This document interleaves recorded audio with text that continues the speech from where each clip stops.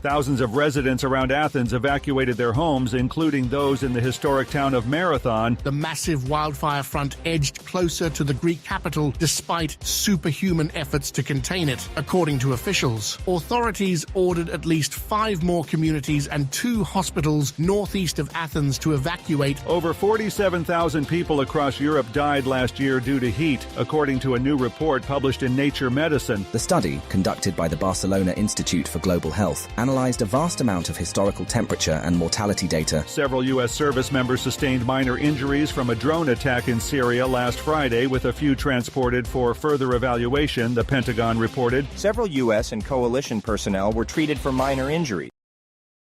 The opinions expressed on this program are those of the host or guest and should not be interpreted as statement of fact.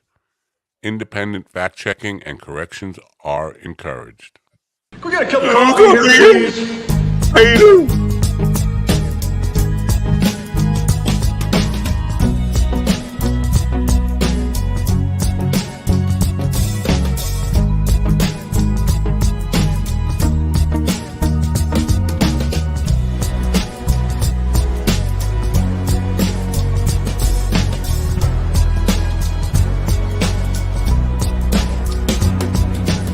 Damn good coffee. And hot. My dog is your mind's best friend.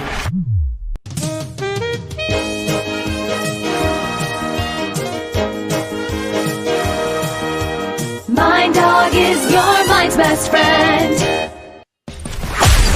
Wake up, America. You've got a dog that needs walking.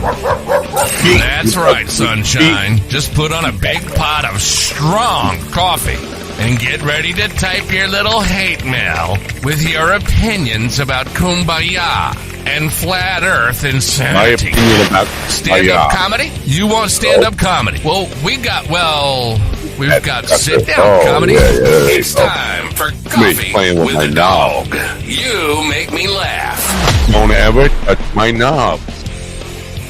Keep your fingers, your paws off my knob.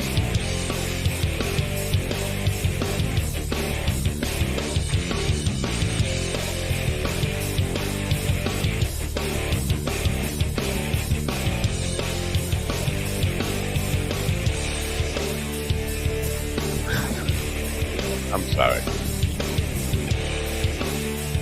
All right. God, this song is so painfully long. It's over now. Good morning, folks. Welcome to the big program. Today is Wednesday, August 14th, 2024. Another hump day. 2 authors. Both are not authors first and foremost, but they have books, so we call them authors. That's what we call people who have books, authors. Shout out to everybody. Shout out. Hello, everybody. Shout out to everybody who signed up for Barry Katz's Blueprint for comedy success or show business success or entertainment success, whatever the hell it is, the Blueprint for Success through this program. Because I had some naysayers when I first introduced the Barry Katz program. But our friend Robert Taylor was at one of the shows that Barry's produced so far. He was out there last night. Sold out event, very good production. And, our friend John Locken was accusing Barry of being a predator and a carnivore and just out to take people's money. He spent a lot of money on the production of that show last night. And everybody who signed up for the free version that I endorsed, and there is still a link to the website when the website's not down like it is this morning, for people to sign up there and have gotten benefit from it and great value from it. And I said right from the start, you don't need to spend money on it. And Barry said that when he was here. You don't have to. That is, if you want it, if you want more one-on-one interaction or whatever the hell he was selling for, the extra bonuses there, that's fine. But you didn't have to sign up for that. And a lot of people who I know signed up for the program and are doing very well and getting great value out of it. not everybody is getting great value. Slackers like GD who just been out in the sun too long, sunburn really badly, not really, and coming in with a chip on his shoulder. Let's face it. If you know GD, like I know him for 37 years, he's got a chip on his shoulder. He thinks he's smarter than everybody else, and nobody can tell him anything. And he walks around like, hey, fuck you, I'm GD Venison. You want to see my credentials? And people say, yeah. Well, I got to go. Anyway, so he's a lone wolf who's really not gotten a lot out of the program for people who signed up. And Willie hasn't got a whole bunch out of it, but Willie stopped putting into it when he left this program. I don't think he's still a part of it. I could probably find a couple more people who have not put in the full energy for it or came in with an unteachable attitude. Anyway, enough of bashing everybody who's ever been associated with this program. I didn't bash Robert Taylor. Robert Taylor's doing good. Good for him. Whatever I did to piss him off. I'm still wearing his shirt out. Come on, I'm pointing to it. When I go grocery shopping, I'm wearing Robert's shirt and I'm pointing to it. Hey, Robert Taylor comedy, Robert Taylor comedy. People look at me like, security, please remove this. I think we have a good show for you today. Again, authors.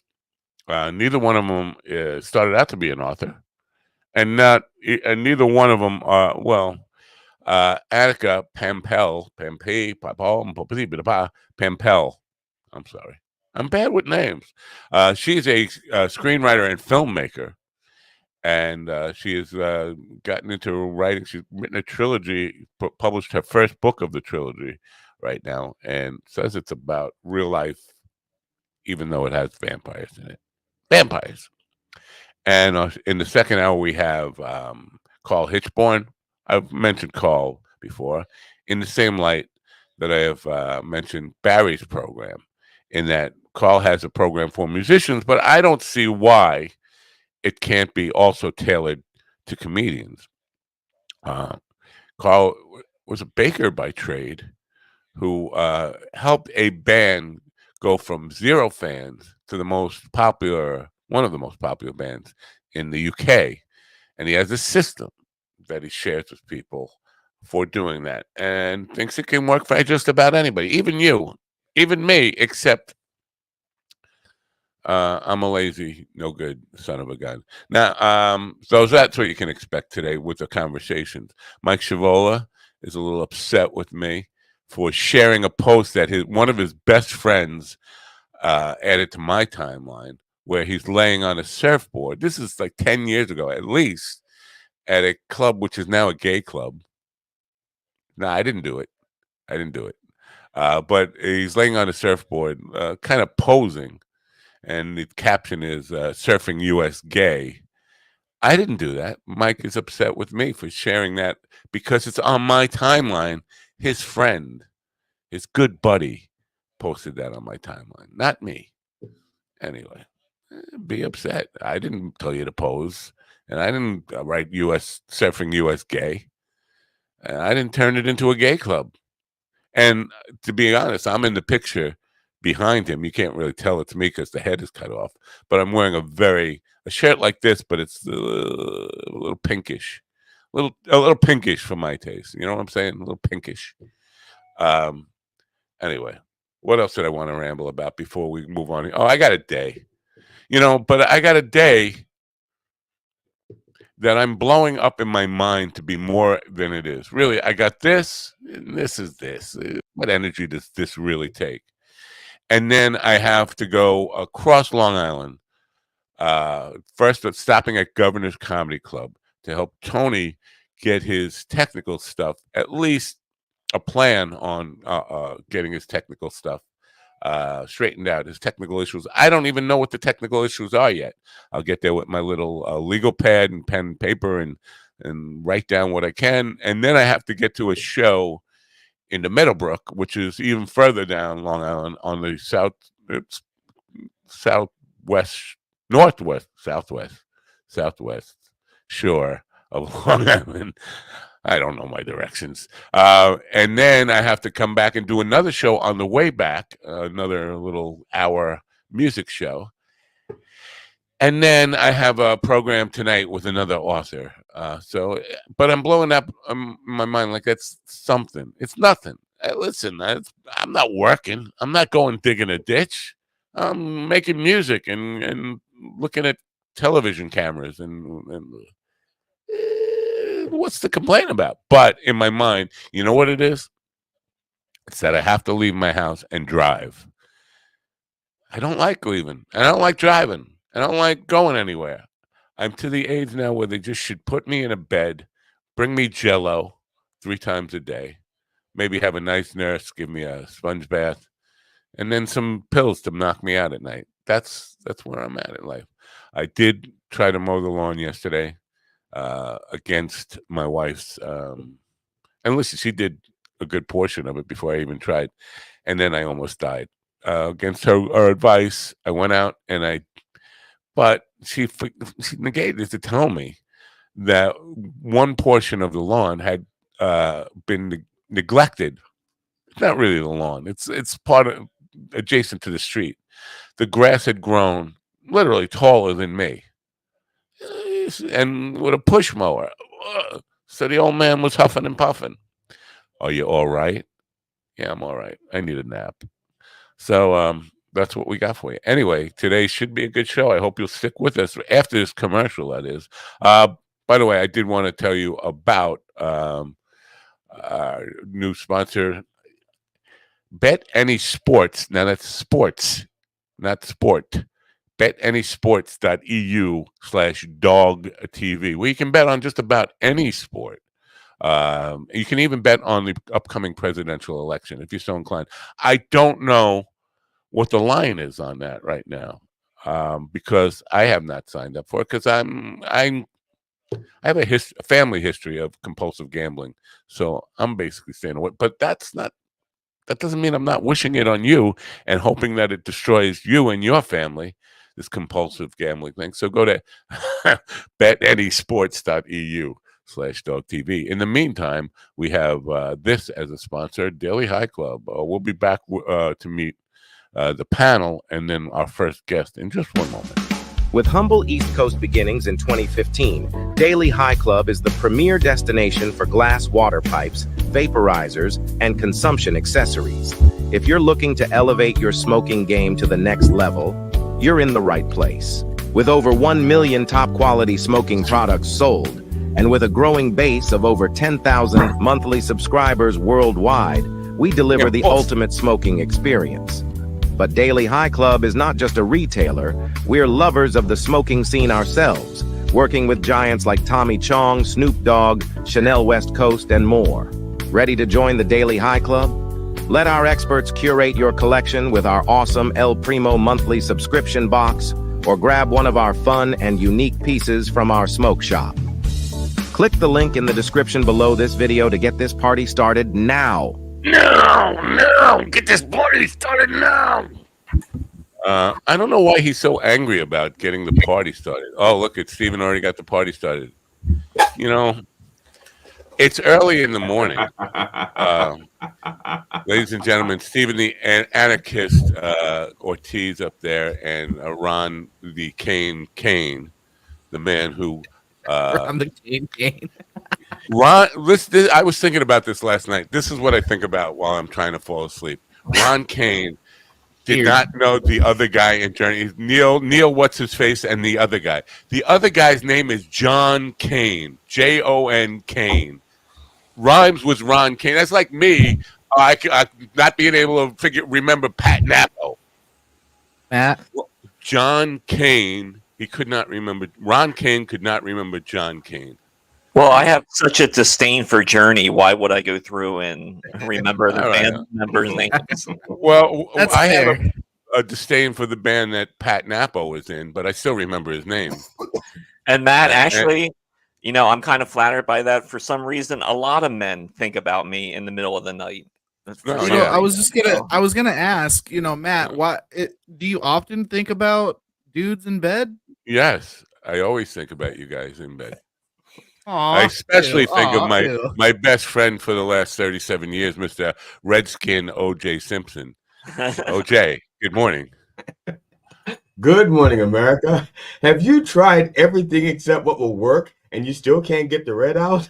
Try Visine for green screen and get the red out fast and for good. Only available at minddogtv.com while supplies last. Loopholes and restrictions apply. minddogtv.com. You're technically when it comes to technical issues, you're just really a black skin Mike Shavola, really. And I do want to apologize to Mike Shavola. Although we're close, I know we're not best friends. When I sent that posted that on Matt's page, I didn't know I was going to be damaging our friendship, and I apologize. I don't think he's mad at you, or he's mad at me for it being on my timeline. I just want to understand it was me who put it on your timeline. It wasn't you who did it. I'm trying to deflect or accept blame for something I did that you did not do. Listen, I'm not gonna. This is one thing I will not lose any sleep over. Mike being upset with me. It is what it is. Well, it's hard to get mad. It's hard to get mad at anybody that likes wearing lingerie and pushing people over in wheelchairs. I don't know. My wife wears lingerie and used to work in a nursing home, and from time to time, I think may have. I don't know if intentionally. Knock people over. I added Mike on Facebook this morning. Let's see if he accepts my friend request. No, he won't. He won't. He was on people you may know, and it's like I hit like clear, and this morning he popped up again. Well, yeah, no, he won't. And will it break your heart? Will it keep you up at night, knowing that he refuses to accept you as a friend? No. Because you're a stoner anarchist. That's why. You're anarchist. You're probably blitzed out at night. You're probably over medicated, and probably developing a little schizophrenia, which will subside in the next 20,000 years or so. I go to bed at 10 p.m. The only reason I was up late last night is because my wife was frisky. Other than that, I'm in bed by 10 p.m. every night. All right. That sucks. You know what else sucks? Vampires. I know. Well, I wanted to talk about vampires. You guys. What a segue. Yeah. Okay.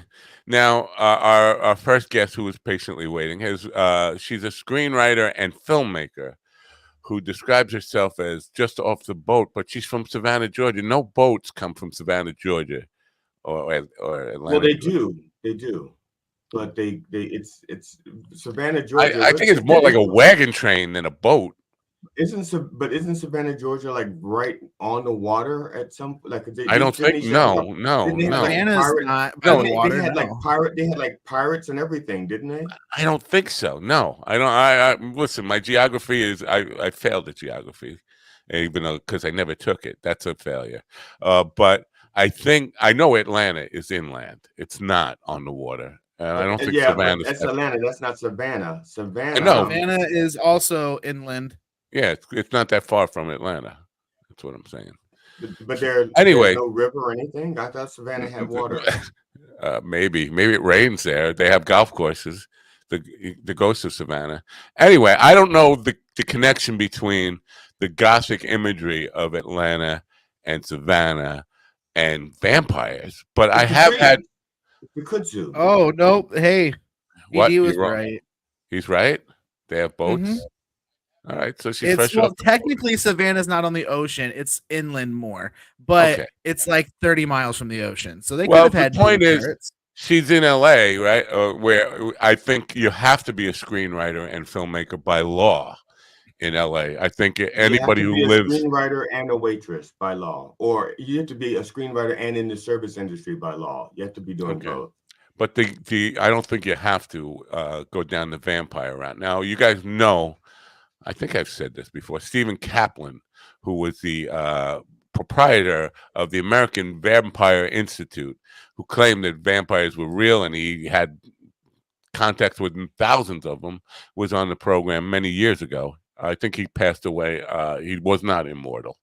I think he passed away by some kind of bat bite or something. Anyway, so I'm interested in this. She's transitioned again from screenwriter and filmmaker into author. She's written a trilogy, and her first book is called what's the first book called? GD? Death of a Nightingale. Death of a Nightingale. Thank you. God, why is that like pulling teeth? Anyway, she's here now. Let's welcome in Annika Pompel. Am I saying your name correctly, by the way? Pompel? Yeah, very, very close. And I really enjoyed this off the boat discussion. That was fantastic. Good morning. Now, you fresh off the boat from Savannah, right? Well, I think you kind of mixed it up a little bit. I went to school in Savannah and I was there. Oh. And yes, they do have plenty of boats on that river. But I'm originally from Germany. So I'm not from immigrants. That's the fresh off the boat reference. Oh, they do have boats from Germany. So that's fair. So then the fresh off the boat part. See, that's not in your bio. It doesn't say anything about Germany in there. Oh, then you know what? I'm going to let my people know to put that part in the bio. I rode over here all the way myself. Okay. So, but I do have it correct. You're in LA Green. now, right? She's also green. I like that. Yeah, it's super green. Yeah. Yeah. I'm over here in California. It's a little bit earlier here than it is for you guys. You're all on the East Coast. Yes. Thank you for getting up early. Yes, it's much. I'm in the Midwest, earlier. but we discussed this yesterday. He's not in the Midwest. He's in the same time zone as us. It's the same time for him that it is for us. I'm in Indiana. See, I went to school in Indiana for a year. You? Midwest, right? Yes. We won't hold that against you. I put the cover of the book "Death of a Nightingale," and let me get the website up there. It's deathofannightingale.net. Now, filmmaking. I'm assuming that's the reason you went to LA, right? Yeah, originally I came, from film school, studying screenwriting and directing, got a job, moved out to LA, did all of those wonderful side jobs you were discussing previously, and then some, and then finally started transitioning into what I actually came out here for. Now, in Georgia, there's a very active film scene down there. Why not?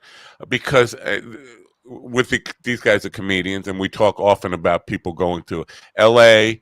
Or New York or Austin to be part of the scene. But I always feel like it's better to be a big fish in a small pond, and like the Georgia film community seems your chances of being seen and noticed in the Georgia area are bigger than LA, where everybody, I believe by law, has to be in the film industry. Yes. Oh, absolutely. I actually work in Georgia frequently and love Atlanta and love Savannah. That's why this book is partially inspired by Atlanta and all of its landmarks. But I came out here when Georgia actually wasn't that big yet. They had just started the tax incentive and were just rolling it out to start getting on going. And you didn't have the studios that you had now or even a couple of years ago. Disney wasn't there yet. They hadn't had this kind of presence. And it was a bit of a different time. Now, are all the black people there red, like TD? See, I think that's just the lighting. I don't know what you're doing over there. I have no idea what I'm doing either, and I can't stop it. He doesn't know how to work a green screen, and the green screen is pretty simple, right? I mean, you're in film, green screen is not that. I mean, you just chroma key or you pick the color and then the spill. Yes. But I have fucked that up on a movie too. I had this wonderful little period piece. Everybody was in soldier uniforms, and instead of blue screen, we used a green screen with green uniforms. Doesn't really work well, so we had to cut out everything. Floating heads. Yeah, so it's easy to mess up. I will give you. Well, to be honest, there's only so many settings on this computer thing, and the thing for hue and color is grayed out. I have to pay extra for that feature, which I refuse to do. Yeah. And I can adjust like spill and saturation, stuff like that. But when I do that to get my color right, my body starts to sparkle. I see. We like it. That's adorable. Just embrace the red. Thank you. And that's what I'm doing. I'm embracing the red. When people say, "Oh, you're too red to be a black man," I'm like, I don't care. And now next. That's not what makes me black. What makes me black is getting stopped at a traffic light. Amazing. When I'm not even driving. That's what makes me black. That's not next on Boomer Corner, how to connect a Bluetooth speaker. Well, I was going to say Ron will lend you some of his lingerie while your body is sparkling and all, and then you could go back to your old days as a stripper and I can never go back to those days. There's just certain things that people will pay for then, but they won't pay for now because unlike cheese and wine, I did not age well. Yeah. That's true, but GD, if you'd like to manage me, I'm actually going to become a stripper. They're all ADA compliant now. All the strip clubs are.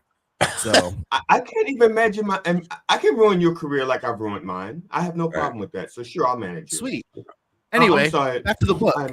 I apologize. I apologize for this, Annika. My children, they apologize. speak when they should be listening. I fully support this plan. I might come visit. All right. Now, what part of Germany are you get from? a discount.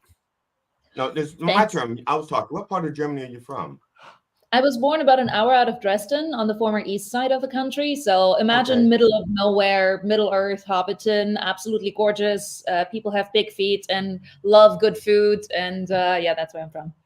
Wow. Cool. Did you say how old were you when you came to the States? I came in, when did I come? I came for grad school, essentially. I did my undergrad over there. You were an adult. Yes. Oh yeah. Right. No, I have it. But you don't have an accent. That's why you don't have a obvious accent. So I assumed you came young. Yeah, I mean, I can put the accent on and sound like Arnold, but it's not really me. So no, at this point, it would excite Steven. Steven loves accents. He gets very turned on by that. You have stuff. no idea. Did you say that it's the land of big feet? It's a little bit like Hobbiton. So I connected it to Lord of the Rings and just tied it all together. Yeah. All it's missing is dragons. See, now you're turning everybody on. Steven loves the accents. Ron loves feet. It's a very... I'm the color of the dragon, so yeah. There you go. It's a busy morning for you guys. Yes. Now tell me how and why you said I got to write a book. Well, this specific book is quite dear to my heart. I had a wonderful friend in high school who was dearest to me. And when we were young adults, around 22, 23, he took his life. But before he did that, he had this crazy sense of humor, this very dark sense of humor that really showed me that there's a little bit of light even in the darkest places. And so I wanted to write about that. But to wrap something like that up with a nice little bow, you kind of have to go at it from a bit of an escapist angle. Right. And so I wanted to put that absurdity to the test and write about something completely audacious. So I picked vampires. I was like, everybody knows some of these rules and what's the most absurd premise I can come up with and put his humor into. So I came up with the idea of a vampire calling a suicide hotline, asking for advice on how to die. And I love it. It's funny, right? And it turns into a little bit of a thriller. A lot of him and his adventures and our adventures are in there in different ways. And it's also, I get really inspired by places. So Atlanta is in there because Atlanta doesn't really stand for itself, right? In the film industry, it's always been New York or these other cities, and we always shoot it for something it's not. And whenever I'm there, I actually love seeing parts of the abandoned buildings, the city that was built on top of a city, the aquarium, all these pieces that make this city that a lot of people don't actually know. Yeah. Right. Now, I've spent quite a bit of time in Atlanta, 3 days, I think. Oh, but, wow. I'm just, I know I'm practically a native son. Yes. But Atlanta is kind of like New York, but with it's in the sense that it's like Atlanta itself. There's like almost no quote Southern accents. Right. It's just its own. It's really nice. I mean, I have family and friends down there, but he's wrong. I do too. My grandmother lives there, and I gotta disagree, man. The accent there is thick. I said in Atlanta. Not Georgia. In Atlanta, man, I swear to God, man, you go to certain parts of Atlanta and you're gonna find yourself about knee deep in a Klan meeting. Pecan pie. Oh my, pecan pie. Go to those parts of Atlanta then, because I go to like places where, I go to places where I'm welcomed in Atlanta. Yeah, like the developed area, downtown. They still pick a lot of cotton. Underground, the underground city. There's like, was it the underground where it's like I can't describe it, but it's like an underground shopping area. It's like a mall that's underground. It's really neat. I think you just described it. I can't describe it, and then you described it. If we're going to talk about, I don't know if it was a subway or what it was before, or they just made it. And I don't know what it was before. Is what I'm trying to say. And I just can't describe. You're talking about the Underground Railroad? That's exactly what I was thinking. Yes. No, not the Underground Railroad. The Underground Shopping Mall, and I think it's called the Underground. All right. If we're going to talk about that, Yeah, if we're going to talk about that hellscape that is Georgia, can you explain boiled peanuts then? Oh, nobody can Watch your explain boiled mouth. peanuts. I'm not explaining boiled peanuts. I don't understand them either. I've met I have a different theory. things in Georgia that I absolutely love, and I've seen different things in Georgia that are, making my hackles raise, so to say. So boiled peanuts is one of them. I have a theory, and if you can chime in on this if you think if it sounds right. See, in the people that eat regular peanuts that are roasted usually have good teeth. But in the South, they don't have great teeth, so they have to soften the peanuts, so they boil them, so they can just mash them with their gums. That's my theory. I think the lack of green screen has fried his brain to whatever. I don't know where. This is not how he usually is. He's usually annoying, but not dumb and annoying. So. But peanuts are amazing. Anyway, if we could stay focused on Attica and her writing, and not boiled peanuts, I would appreciate it. I mean, I'm learning something here, so it's all good. I don't think you're learning. So now, it says kind of based on real life stuff, but even though it has vampires, I'm assuming that you're talking about your friend's life and all that kind of stuff, but you have no real life experience with actual vampires. I have not, as far as I'm aware, met a real life vampire in the classical Bram Stoker sense. Are they sexy? Yes, of course they're sexy. I think all vampires have to be dark and sexy. Like that's a given to me. I get that women feel that way. I just don't get the appeal of. How do you not get the appeal? Thank Are you kidding me? A lady vampire? There is nothing hotter than that. A tall, curvy lady vampire, red lips, sharp fangs, can manhandle you. Like, what is wrong with that? I'll say, Annika, I loved your facial expression once he got to the part where he says manhandle you. Your eyes went up and to the left. Does manhandling mean pushing you around, Steven, in your chair? Listen, just because everybody pushes me around, okay? And I accept that. But there's a difference. Okay, when I say manhandle, I mean she can just actually lift you up and throw you around and stuff. Wow. Well, there's a couple of things there I don't get about vampires. First of all, about dominance and submission. They are slave masters, making you a slave for them for eternity, which definitely is a turn off to somebody. If she's hot enough, let's go. I mean, vampirism has different origins, and the idea of vampirism in the Bram Stoker sense is a little bit more of the slavery thing, but it's more of a sexual nature, right? They're essentially portrayed as half animal, half human, and animals, if they're eating their prey, are also not really a metaphor for slavery. The original idea of vampirism actually comes from Greece, right? You had people where the decomposition of a body wasn't scientifically explored yet. So whenever somebody died of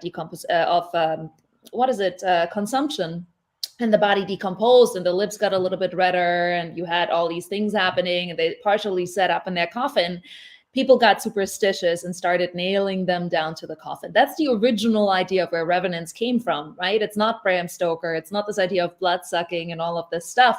It's the idea of a body coming back to life and doing certain things, haunting you, killing you, all of that. So it's much older than what we know as vampires. And then of course you had Vlad the Impaler, so that all tied together, and that's where our modern idea of vampires come from. See, my experience has been tainted by having people who really totally believe that vampires are real, and had a society in New York City, and they were all kinky and crazy and people you would not want to hang around with.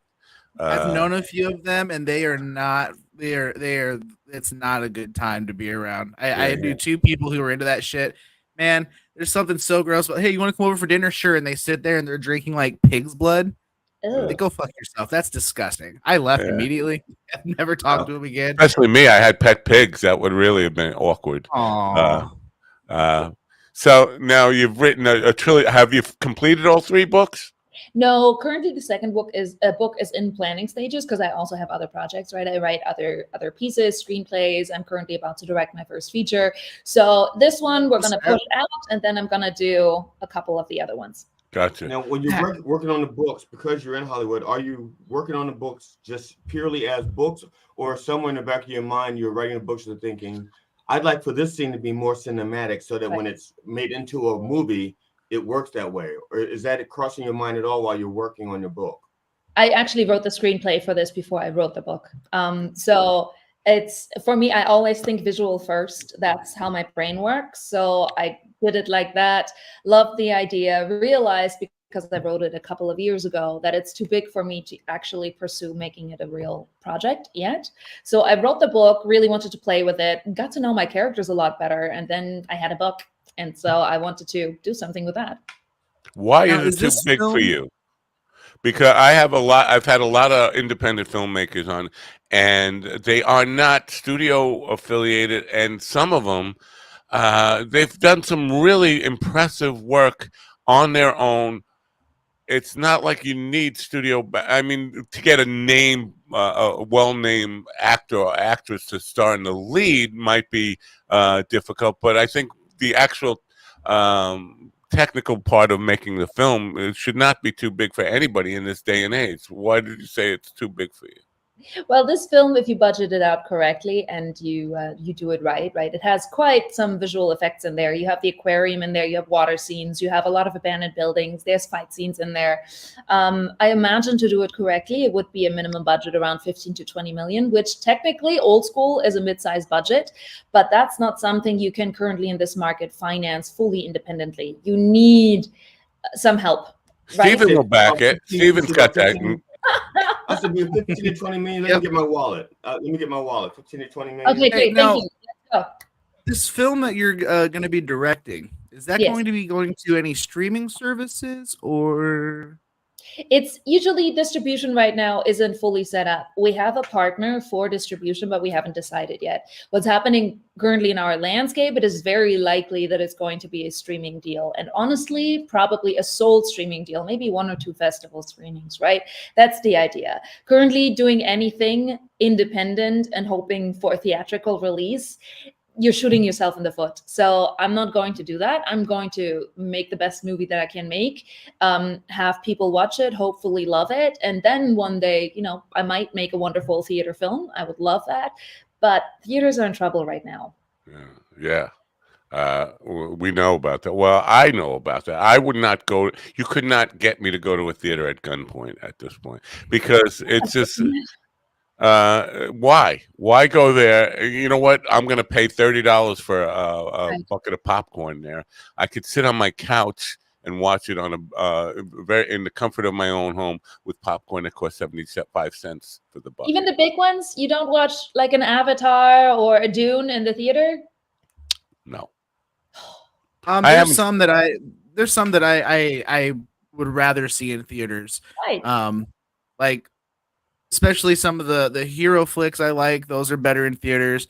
Avatar, like you said, the Avatar movies have all been better in theater, 100,000%. I'm not rich or wealthy in any way, but I have a lot of friends who are, and all my friends have theaters in their homes now. I mean, full scale movie theaters. It's not like just a big screen TV. It's an actual movie theater in their house. And Matt's been banned from all of them for various reasons.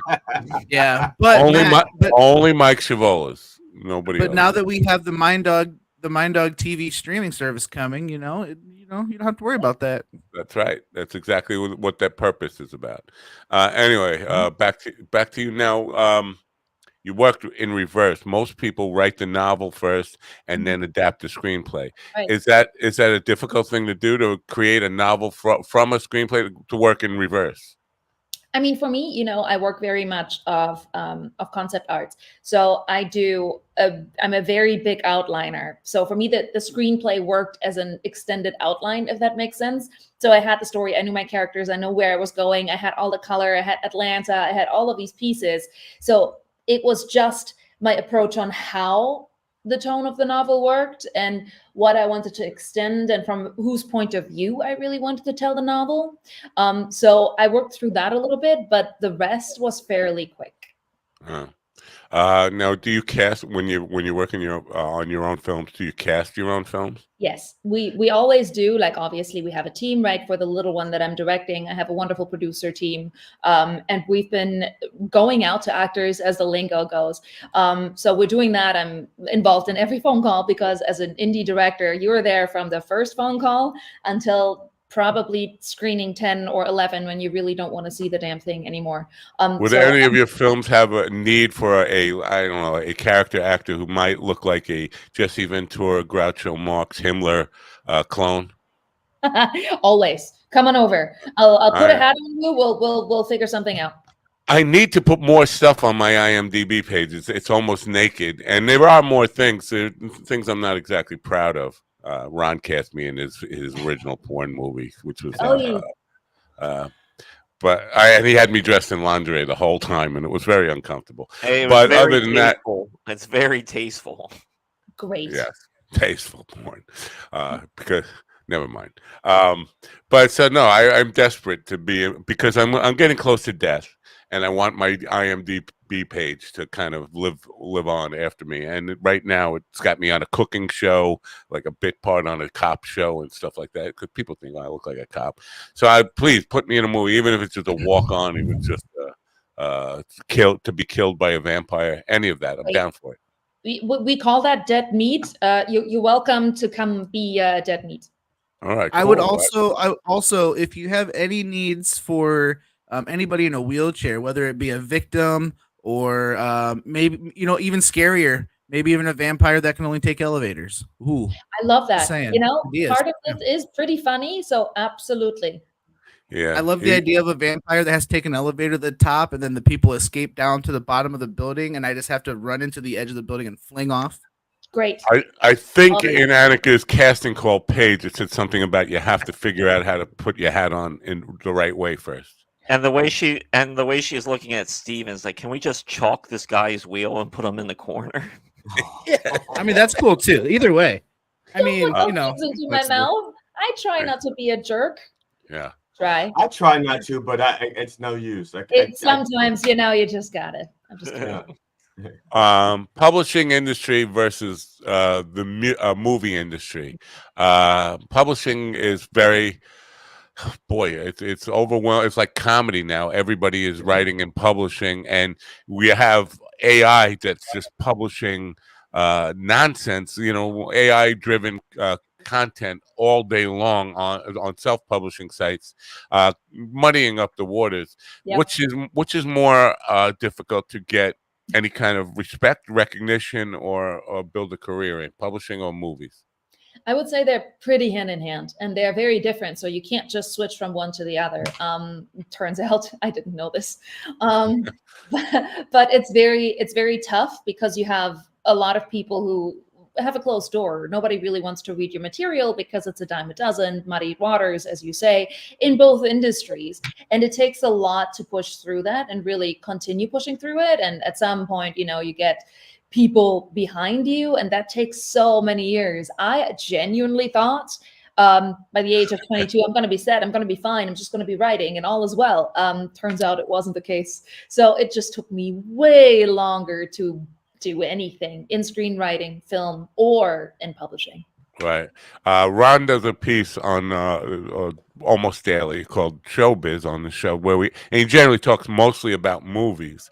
And I have noted that yesterday he did like the top 10 grossing movies, and they were all either remakes or sequels. Right. It seems like Hollywood, or even not even just Hollywood, but filmmaking in general, is so afraid of doing anything original because it's any bit of risk that's involved, and you're never going to have a great masterpiece without a little bit of risk. I think there's no great reward without some risk in it. The problem with that is, though, that you have to look at how these studios finance and why they finance the way they do. So if you look at the top 5 right now, they're all in trouble. All of them are really in trouble because of the streaming wars and what's changing in our world. So the only way for them to finance any movie is to bet on something fairly safe. They currently cannot take a risk on something that isn't a big Hollywood blockbuster. So you're going to see those sequels that already have an audience within them. You're going to see the same actors, the same pieces, or you're going to see something that is just IP with a fairly new actor that is then pushed through PR. It has to be this way right now, just because otherwise they're not going to get their money back. Even on an indie level right now, if you don't have actors to bet on, nobody's going to finance your film. That's your guarantee. That's what you walk to the bank with. So unfortunately, that's just the business right now. And I hope it changes. But right now, we're not doing a whole lot as audiences to help it change. Well, is that pretty much why we're seeing like pretty much the same 20 or 30 actors in like almost every movie, because the bank sees them as marketable because people see them over and over again, and they don't think that we're tired of seeing them. Well, I know one of the reasons that I've heard from other filmmakers is that like you were saying, like the executives just don't want to take chances anymore, like on especially like comedies. And you can make a movie for like 15 to 20 million, and you can tell them, well, we could make like almost 100 million with this, and they'll be like, that's kind of a single right now. We need something will hit heavier. Right. But they can't take risks. They're also, a lot of these executives are afraid of losing their jobs. You've seen what happened yesterday with Paramount TV, right? So it's this world that is so contracting and everything is going out of the country. I think the biggest thing that needs to happen for TV and film is that the United States puts a thing on it to a percentage that, let's say 60% of the content that anybody streams has to be produced within the United States. Because otherwise you're going to have Disney going to spend $5 billion of their production budget in Europe next year, and you don't have productions coming out of the United States. You just have a big star that's going to be flown over there. It'll be produced over there because it's cheaper, and then it'll stream here, and you have a dying Hollywood. Doesn't sound very optimistic for not. Listen, I don't care what happens to people's businesses. People take their own risk and get into whatever businesses they're in. They have to do whatever they have to do to be successful. But for art, it doesn't seem like that we are ever going. We are killing the incentive to create great art. Do you agree with that? Yes and no. On the small scale, no, right? Access is there. Anybody can pick up their iPhone and do something.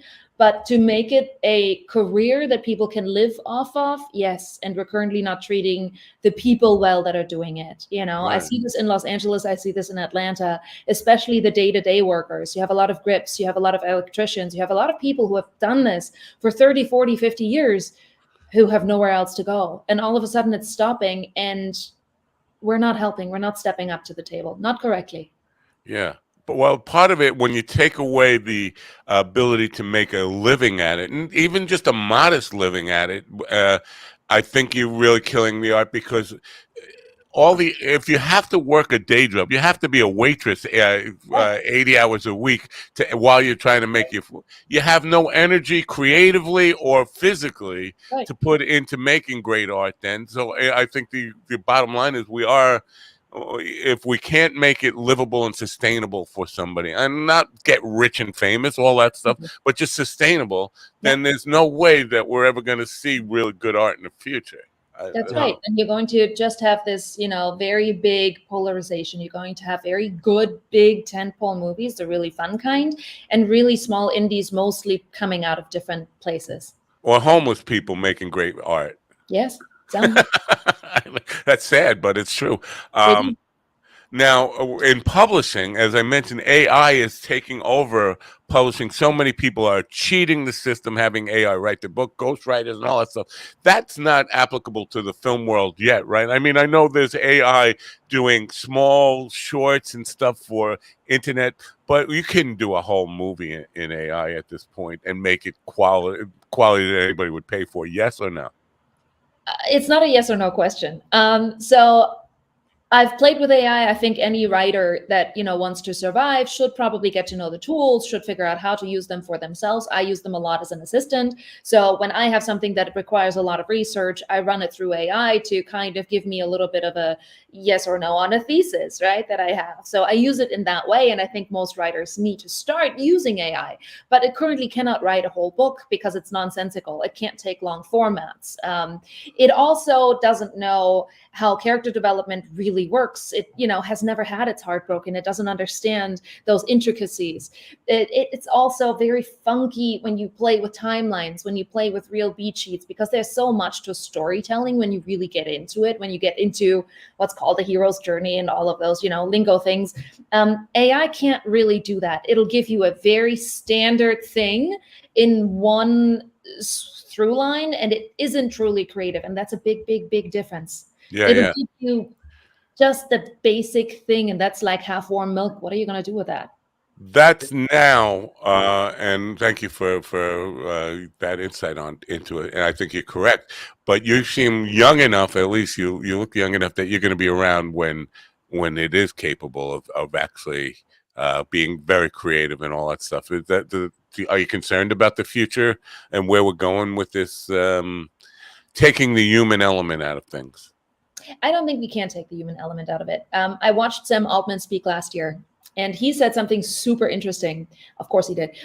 He said that essentially it's going to be a polarization, right? We'll always have jobs as humans. We'll be the ones that create on the top. They come up with a really good new idea, and the ones that do very, not basic jobs, but jobs that are physically necessary.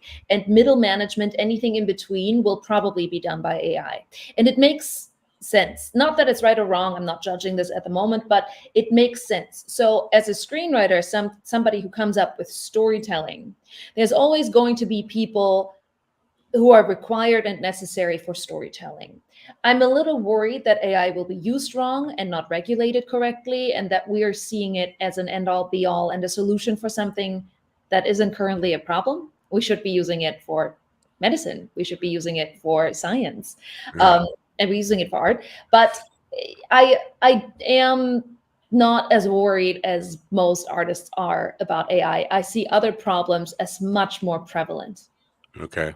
I have a question for you, Annika. Hold on just 1 second. I'm taking the book. I'll write it down. I'm taking the book cover out because some people think your name is MPEL because it's cutting off your name. So the name of the book cover I just took down is Death of a Nightingale. Go ahead, GD, OJ, whatever your name is. Okay. So Annika, I'm only doing this because you and I go way back. I think we've been friends for like 3 days, right? A long time. 3 days in Georgia. Yeah. But you left him out in the sun too long, and he got all. I'm sorry. But for your fourth movie, okay, I'm thinking, and hear me out, Real Vampires of Atlanta. Okay, it's like a reality show where this camera crew is following the last clan of vampires that just happen to live in Atlanta 24 hours a day. Of course, they don't do much in the daytime, so they can't. I love it. Pointing at coffee. So I'm just giving that to you for free because of our friendship. Thank you. I love it. It's very much like What We Do in the Shadows meets The Real Housewives. So it's slightly awkward and just amazing. I just really want to see that beauty routine. That's I'm in for it. We'll work on it. Yeah. I'll call you. Yeah. Thank you. All right. So, is your future now as an author, or are you going? Or filmmaker, or can you do both as a life? I can do both as a life. That's the plan. I don't plan on writing only books. I think this one is a trilogy, and that's where it lives. But I love stories, and once in a while, a book is wonderful because it's a different medium, and you focus on it differently. And then in between, my screenplays are lovely, and when I get hired, it's great because making money and paying rent is a lovely concept. It's right. So you talked about being an outliner, which suggests a lot of discipline. Are you and when it comes to writing, are you a disciplined writer? Meaning, do you set a time like I get up every morning at 6 and write 1,000 words, or what, are you that kind of person, or are you a creative person who basically waits for the muse to hit you? I think if anybody who does this for a living just waited for the muse, you're kind of fucked. But I'm somebody who gets more creative the more I do it. So for me, my outline, it's called the beat sheet, is really vital. Like I make an outline that's probably 20 to 30 pages long for a story. So you have each little thing and you go through it, each scene, and underneath there's a whole thing on characters and places and research. And my Google history is, oh boy. So it's a lot of that. And then when I start writing, that usually goes fairly quickly. So I can't wait for anything to just hit me. You have to have a little bit of discipline. And I'm a morning writer, so I sit down in the morning and I tend to write. And I don't give myself a page number or a word number. I just want to work through a problem. I'm a problem solver. So it's a scene or two, and then you usually get like, oh, that fits here. And then you continue solving a problem. And then as you go about your day, because you can't just write 12 hours a day, as you walk or you go to the gym, you keep thinking about it, which is actually kind of great because then you continue writing. So that's how my head works.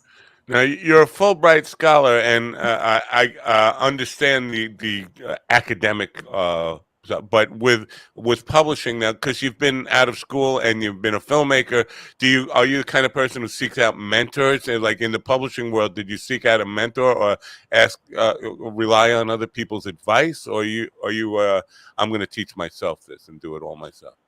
It's a bit of both, because I've met incredible filmmakers and I've worked for incredible people, right? So I've gotten to see how other people think who've done this for a long time. I worked for John and James Cameron for quite a few years, for example, and to see Jim doing his thing and just the way he thinks taught me a lot.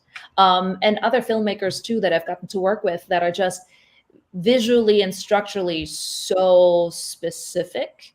And the way they deal with people and with issues and how that all, gets solved, it's inspiring. So I learned a lot from them, but you still have to figure out how you yourself work, because just seeing that can give you an idea or two, but you have to sit down and do the work and figure out, okay, what does it take for me to actually finish something? What does it take for me to pitch this? Where is the pitch? Where's the heart? Where's all of these little pieces? And can I do this 50 times in a row? It's not something that just, clicks overnight and all of a sudden you're it. Yeah. A great insight into, but I think that what you just described, that challenge of figuring out who you are and your process and all that stuff, that seems to be really difficult because it requires some introspection and all, and we are just so afraid of finding out who we really are. I don't want to look up behind the black curtains in my head because I know there are vampires and worse back there. So. I think it's important, and we're all afraid of that. Like, one of my fears is to be somewhere, speak publicly, and look absolutely stupid. It's a normal thing, I believe. And same with the book. You give something out that's so vulnerable, and people read it, and then they look at you funny. That's terrifying. But at the end of the day, who am I afraid of? I have my close circle of friends and my family whose opinion I really care about. And then if somebody who is technically a stranger to me doesn't like my work, that's okay. They don't have to read it. It's okay. I can live with it. Yeah. You know what? Because yesterday I was watching Adam Sandler on Joe Rogan, and not my favorite Joe Rogan, but Adam Sandler, I am very, I'm curious about, because he's a guy who he's had a great comedy run, but then as a serious actor, he was very surprisingly good in Reign Over Me with Mike Binder, my friend Mike Binder directed and produced. But he was talking about when he was starting out in comedy, and when he ate it, he called it what we call bombing, and just walking off and questioning himself, what am I doing here? Is this ever going to work out for me? And he said, there were nights you go home and you just want to kill yourself. You feel like that kind of rejection. I understand that in the comedy world. I can also understand it in the music world, but I don't equate authors and filmmakers with having that kind of, I don't know, self-doubt. Please, we're the worst of it. We're like right up there with every depressed comedian you've ever met. You know how many non-answers I got before I got a team together? You know how many times you have to send it into a screenplay competition before you even get taken, before you get a manager? I've been doing this since I wrote my first script when I was 13 years old. So And 2 years ago. Yeah, that was, thank you for that. No, but seriously, like we get rejection by just not getting an answer all day, every day. And then you just have to get up and be like, no, fuck it. I'm just going to do it one more time. I'm just going to apply one more time, you know? So And do you read reviews on like Amazon? Because people who leave reviews and leave comments, and I'm guilty of, I tell myself, don't look at it, because negative stuff is going to come, and the people who are most inclined to write stuff are not the positive people. People who enjoyed it, they'll just like, oh yeah, they don't need my support. But the people who hate it and want to tear you down, they're quick to write a book on your comments and stuff. Do you avoid them? Sometimes it's hard to, because sometimes, you know, one just jumps at you and you like clock onto that, and then you read it and you mull over it for a day. I'm a muller. I don't see. That's my problem. I react in the moment and say, "Your mother is a skanky whore." And fun. No, not quite. I try to step back, realize that doesn't really matter, that whatever that person was in at that point had probably very little to do with me or my work. And then I try to move on, or I call my manager and I'm like, hey, they said this was complete shit. What do you think? Am I completely off the mark? And he's like, stop reading. Just stop reading. Yeah. Good for you. I mean, that's good advice, and I hear that advice a lot. I need to learn to take it and slow down and be more thoughtful about it. But I react in the moment emotionally. Like I just can't stand when people just like attack me for trying to do something creative, for trying to. Yeah. Go ahead. I have like a default introduction sentence when I respond, and that's always thank you for watching and commenting. Right. That's how I start them all of us. Like thank you for watching and commenting, and then your mother's a skank. No, then I stop right there. That's it. And then I think I will wait to see how they respond to that. Right. And if they respond with more negative stuff, then I will kind of address it. But I understand that not everybody likes everything I do.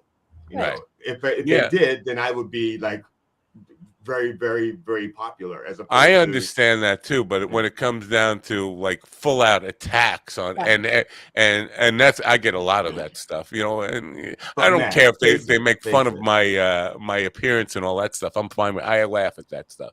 But when they talk about, you know, the work that you've done in a negative, you know what, you don't like it. I appreciate that you don't like it. It's not for you. Move along. Please take, like, the people who do like it, who are quick to move along, take their advice and just move along. Don't. So to me, like this world where we judge people so harshly, right? We're in this thing where everybody's angry right now because it's such a hard up and down, and people do it much more quickly. But to me, it's like you leaving a Yelp review because your ice cream cone wasn't perfect. It hurts a business. It hurts other people. You know, if your Uber driver dropped you off and he was a little bit funky, still give him 5 stars. To me, that's a no-brainer. We need to be kinder, because every one of those things that you deduct, or every negative review, can hurt somebody else's business. Right. And now, all of that needs to go away. I will leave a good review, but let them know personally what the issue was so that they could fix the issue. That's right. Without damaging any, because if they fix it, the future person or the next client may benefit from the wisdom or my comment that they just got. Because they may care enough that they want to fix it. Right. And they just don't know. Yeah, then after GD talks to them, they leave them a review of GD, and it's normally negative stars at that point. Negative stars. And that's when I say thank you for watching and commenting. And just to say, GD has ruined my business completely. We used to have a lot. So Anyway, I appreciate you getting up extra early. Listen, you booked the time. You could have booked an hour later. I didn't book the time, but thank you so much for having me. No, it's been a pleasure having you. You've been a great guest, and we will do anything we can to support you. The first book is out, deathofannightingale.net. You can go there and find out about it. I appreciate all of you. Thank you, and have a wonderful morning, you guys. And when you're ready to shoot Real Vampires of Atlanta, give me a call. Bring it. Also, I see on the bottom of the webpage that it has book signing events. If you have an event that you want to let people know about, drop me a line. I'll be glad to publicize it and do the best we can. Thank you. Have a great day. You as well. Bye-bye. Bye. Annika Pampel, deathofanangel.net. Good guest, right? You guys enjoyed it because you were chatting. Ron actually talked a little bit. Did you hear Ron talking a little bit? What the hell's going on here? We're all well, I figured I'm a terrible comedian, so I should work on that. Now, see, somebody left you a snidey comment, and you've, like me, it's that you playing it off like you're covering up your pain with laughter and silliness, but you want to call that guy's mother a skank, don't you? Yeah. Well, I was just telling GD this last night. I said, you know what? Since I've been doing this, Matt has been kind of a bad influence because I just find myself when like people say something to me, I'm like, I don't care, you stupid fuck, get away from me. I'm glad if I've done nothing else in my life, I'm glad I've been a bad influence to at least one person. You're welcome. I've accomplished something. I told Ron that I don't have anything valuable to add, but I will support your judgment, whatever you decide to do or not to do. Just don't listen to Matt.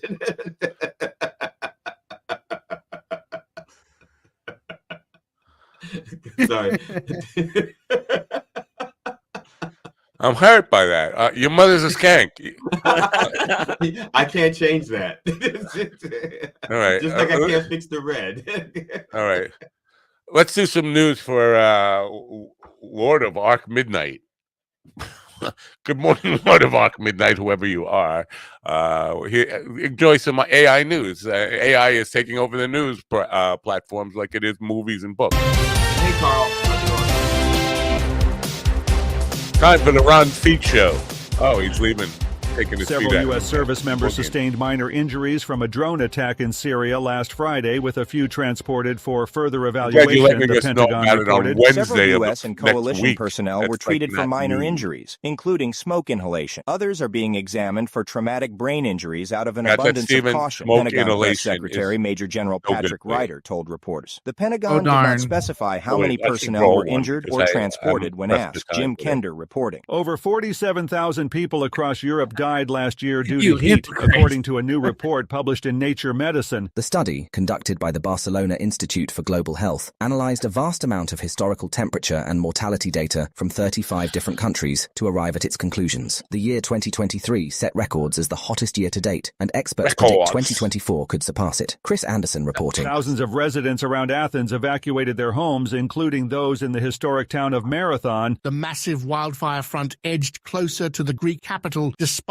superhuman efforts to contain it, according to officials. Authorities ordered at least 5 more communities and 2 hospitals northeast of Athens to evacuate after 8 nearby villages, including Marathon, were told to leave. Our entire town is engulfed in flames and facing difficult times, Mayor Tsirkas told local media. Joseph Edison reporting. President Vladimir Putin directed his military to dislodge Ukrainian forces that have entered Russian territory. Kyiv launched a surprise offensive into Russia's western Kursk region last Tuesday, seizing over 24 settlements in the most significant cross-border incursion on Russian soil since World War II. The main task is, of course, for the defense ministry to dislodge the enemy from our territories, Putin stated. Benjamin Wright reporting.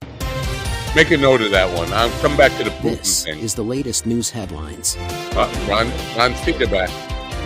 Oh, no. By the time he tells us, it's 3 days old. Yeah. Cancer cases and deaths among men are projected to rise sharply worldwide by 2050, according to a new study. The study published in Cancer, a peer-reviewed journal of the American Cancer Society, predicts an 84% increase in cancer cases and a 93% increase in cancer deaths among men globally between 2022 and 2050. The increases were most significant among men aged 65 and older. Kevin Sanders reporting. A 4.4 magnitude earthquake shook the Los Angeles area early Monday afternoon. The epicenter was located near the city's Highland Park neighborhood, a few miles north of downtown Los Angeles, according to the U.S. Geological Survey. No injuries were reported, and no significant infrastructure damage was found, the Los Angeles Fire Department said. This quake was preceded by two smaller earthquakes, 1.7 magnitude and 1.3 magnitude, Lawrence Keller reporting. Crews demolished a Texas church where a gunman killed more than 24 worshipers in 2017. The crew used heavy machinery to level the small building, even though some families wanted to preserve the scene of the deadliest church shooting in U.S. history. A judge authorized last month the First Baptist Church of Sutherland Springs to demolish the sanctuary where the attack occurred, which had been kept as a memorial until now. Kyle Norris reporting. A third death has been reported in connection with a multi-state outbreak of Listeria monocyted. That's about boar's head liverwurst, which if you're eating liverwurst, you deserve to get sick. I mean, really. Putin is calling Ukraine fighting back and coming into Russia as an invasion. Yeah. I break into your house, you kick my ass out onto the street, and then I say, you're invading my street.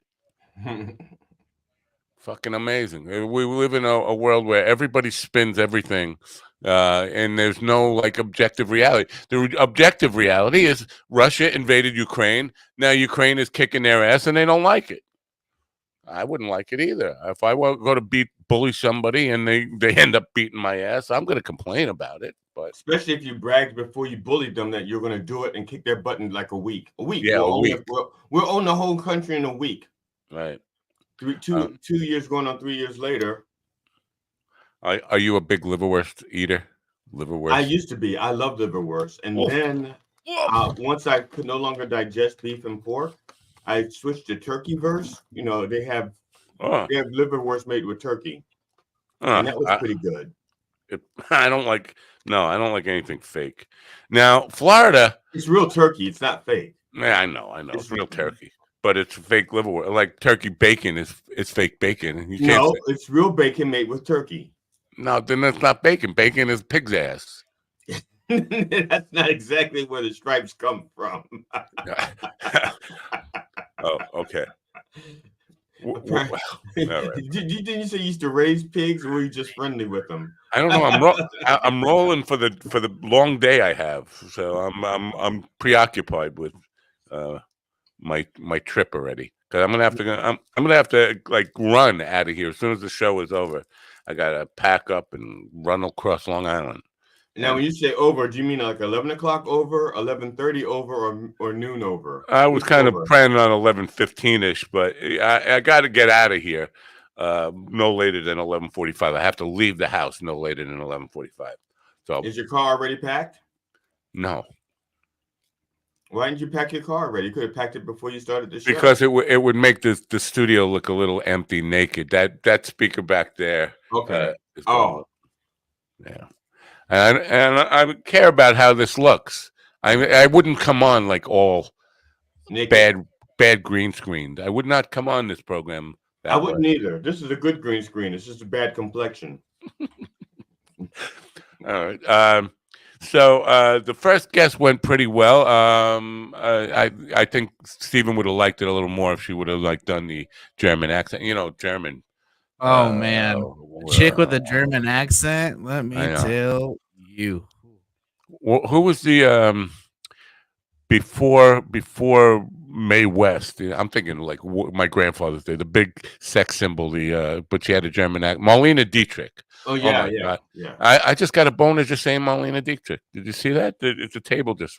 Anyway, yeah. The table didn't move at all. I saw. I know. Listen, I'd have to have a 15-inch dick for the table to move. The table is Madeline Kahn in Blazing Saddles. I think she was parodying Marlene Dietrich in. Oh, but Terry Garr. Oh, thank you, Doctor. The Knockers. Yes. But that was Young Frankenstein. I was thinking Blazing Saddles, but that was also very. Oh yeah, that's right. Now Madison Kahn wasn't all that. I don't know. Did you think she was hot? Well, I like intelligent, funny people, so yeah. All right. So Carl Hitchborn is going to be our next guest. He's actually here right now. He popped in, but I'm still preoccupied with preparing for my trip out. Now I'm going to tell him even before he comes in that Stephen is going to love him. Stephen is going to Stephen is going to get aroused by his accent. I'm not going to get aroused. You are fully engorged.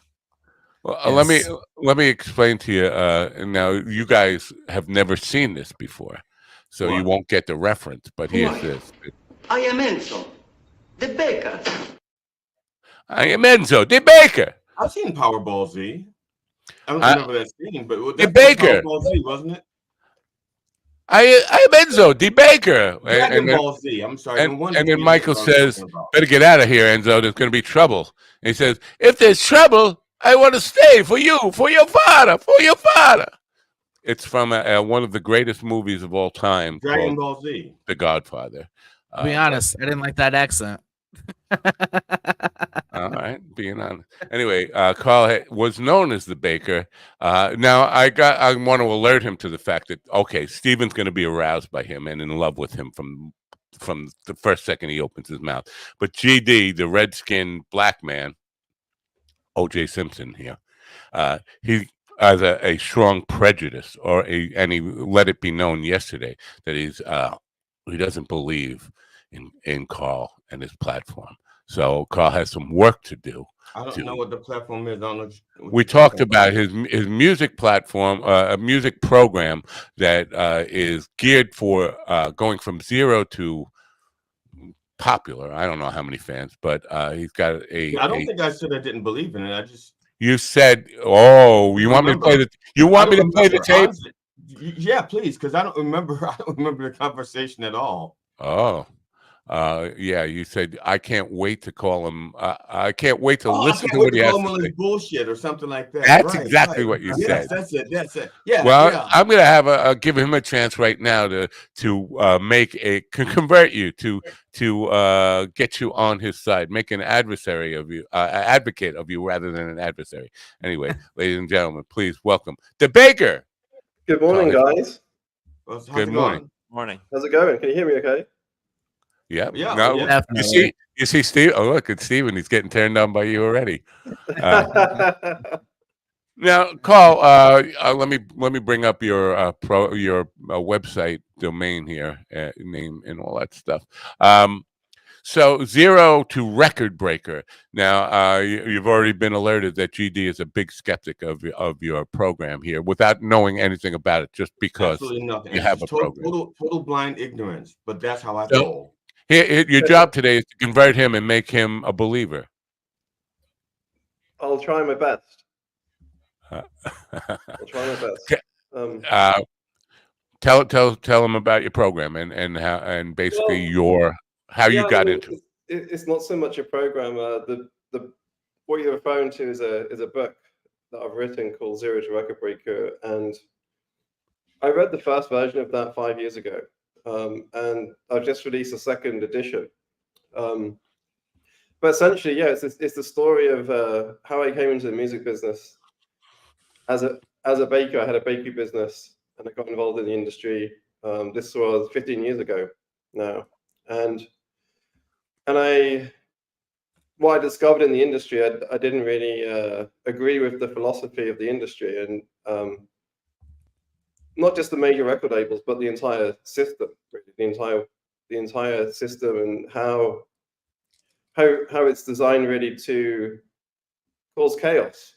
And so I spent many years just learning about the industry and understanding everything that I could. So understanding everything about rights and the different deals and the different players in the industry. And so I had a couple of projects. I had one band called Coast that I work with that we managed to do a partnership with Warner Music and Capitol Records in the US, so Warner Music everywhere else. And this was done at top level. This was done with the top people, the CEO of Capitol, and at the time, Max Lusada, who's the global head of music for Warner now.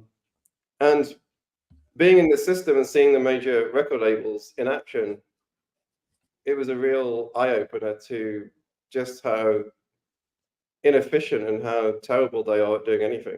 And how their model just allows them to be able to essentially throw mud at the wall and know that if one of them works, they're going to make so much money out of them, and they'll pay for all the ones that are losing. So this didn't sit well with me.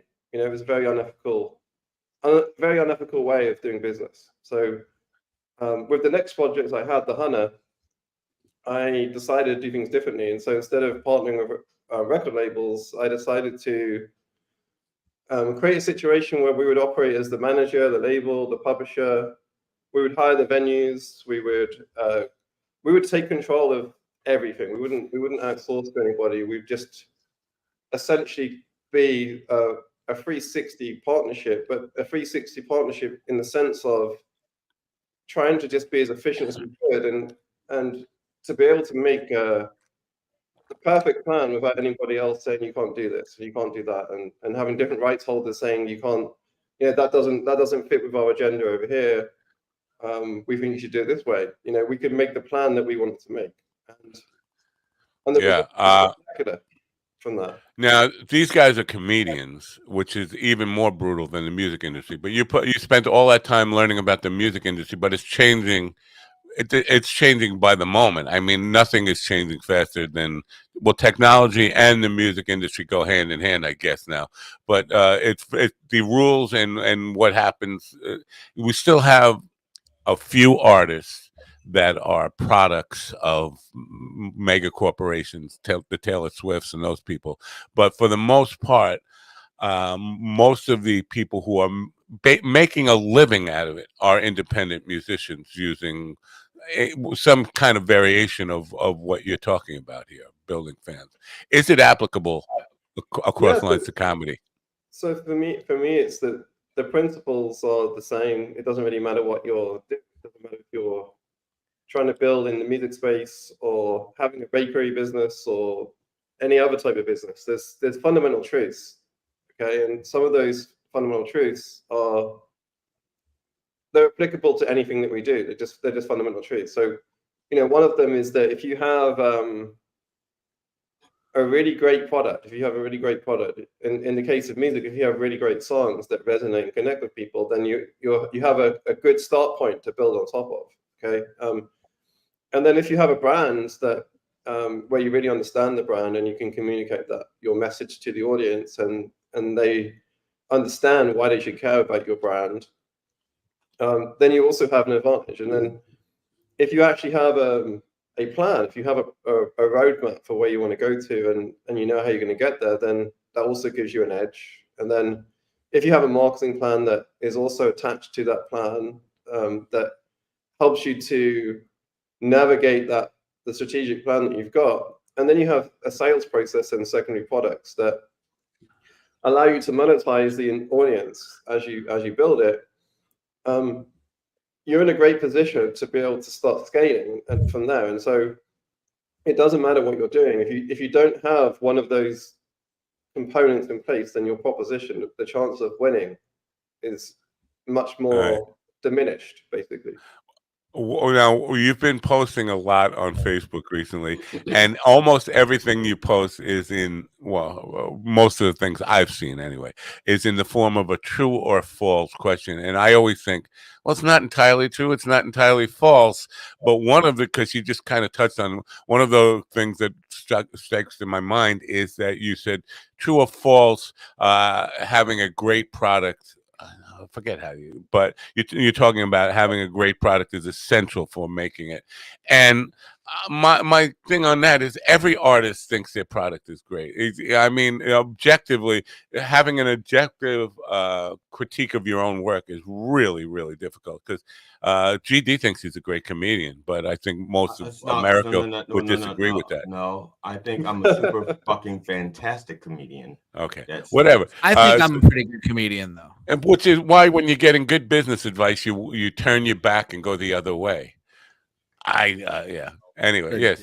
Yeah, I agree. I think that we all need external input. We all need external verification, validation to what we're doing, and ultimately, in anything that we do, it's really important that whoever the audience is, whoever it is we're trying to connect with, it's fundamental that whatever we've created, which is for them, people talk about how they create the art for themselves and then they hope everyone else loves it, and that's okay. But ultimately, whether you're able to turn it into a business is really dependent on other people that you're trying to connect with enjoying what it is you do. If they don't like it, then they're not going to support you. So right. If they don't support you, you're not going to get money, and you need money because money is the energy you need to be able to power everything. So it's kind of simple. Money changes everything. Yeah. But the other day I saw a video on Mr. Beast, and not the stuff with the sexual whatever controversy he's in now. It was basically Mr. Beast's secret to killing it on YouTube, and it boiled down to just do great content. Well, everybody thinks they do great content, and getting an understanding of what the marketplace will consider great content is different than even your friends or even business associates. You can talk to anybody in your world who say, and some people will falsely just encourage you. Yeah, that's great stuff. Keep going, all that stuff. But knowing who to trust and knowing whose advice to take and knowing what the public is really going to endorse and get behind is a major challenge. No? Yes. Well, ultimately, the smart game is to test in isolation, and obviously, like in the comedy game, the huge comedians in the world, they go and test it in the small venues first and make sure, and they put a lot of energy into making sure that what they're going to do in the big platform when they're in their arenas, they make sure that what they do is already working and pre-tested before they go out and do that, and that makes a lot of sense. And ultimately, we're in a world where social media is powerful from the point of view of being able to, we can put content out there and we can see whether the message that we have is resonating. We can see what it is that we're doing, if it works, and whether people like it or not. And so there's kind of no excuse in the world that we live in to be in a situation where you spend a lot of energy on creating art, if you will, on the basis of there's no one that likes it, because you really need to test in stages to make sure that what you're doing is really resonating with people. And if as an artist the goal is to make as much impact as possible, then artists need to understand that clearly the audience must connect with what you do. It's as simple as that.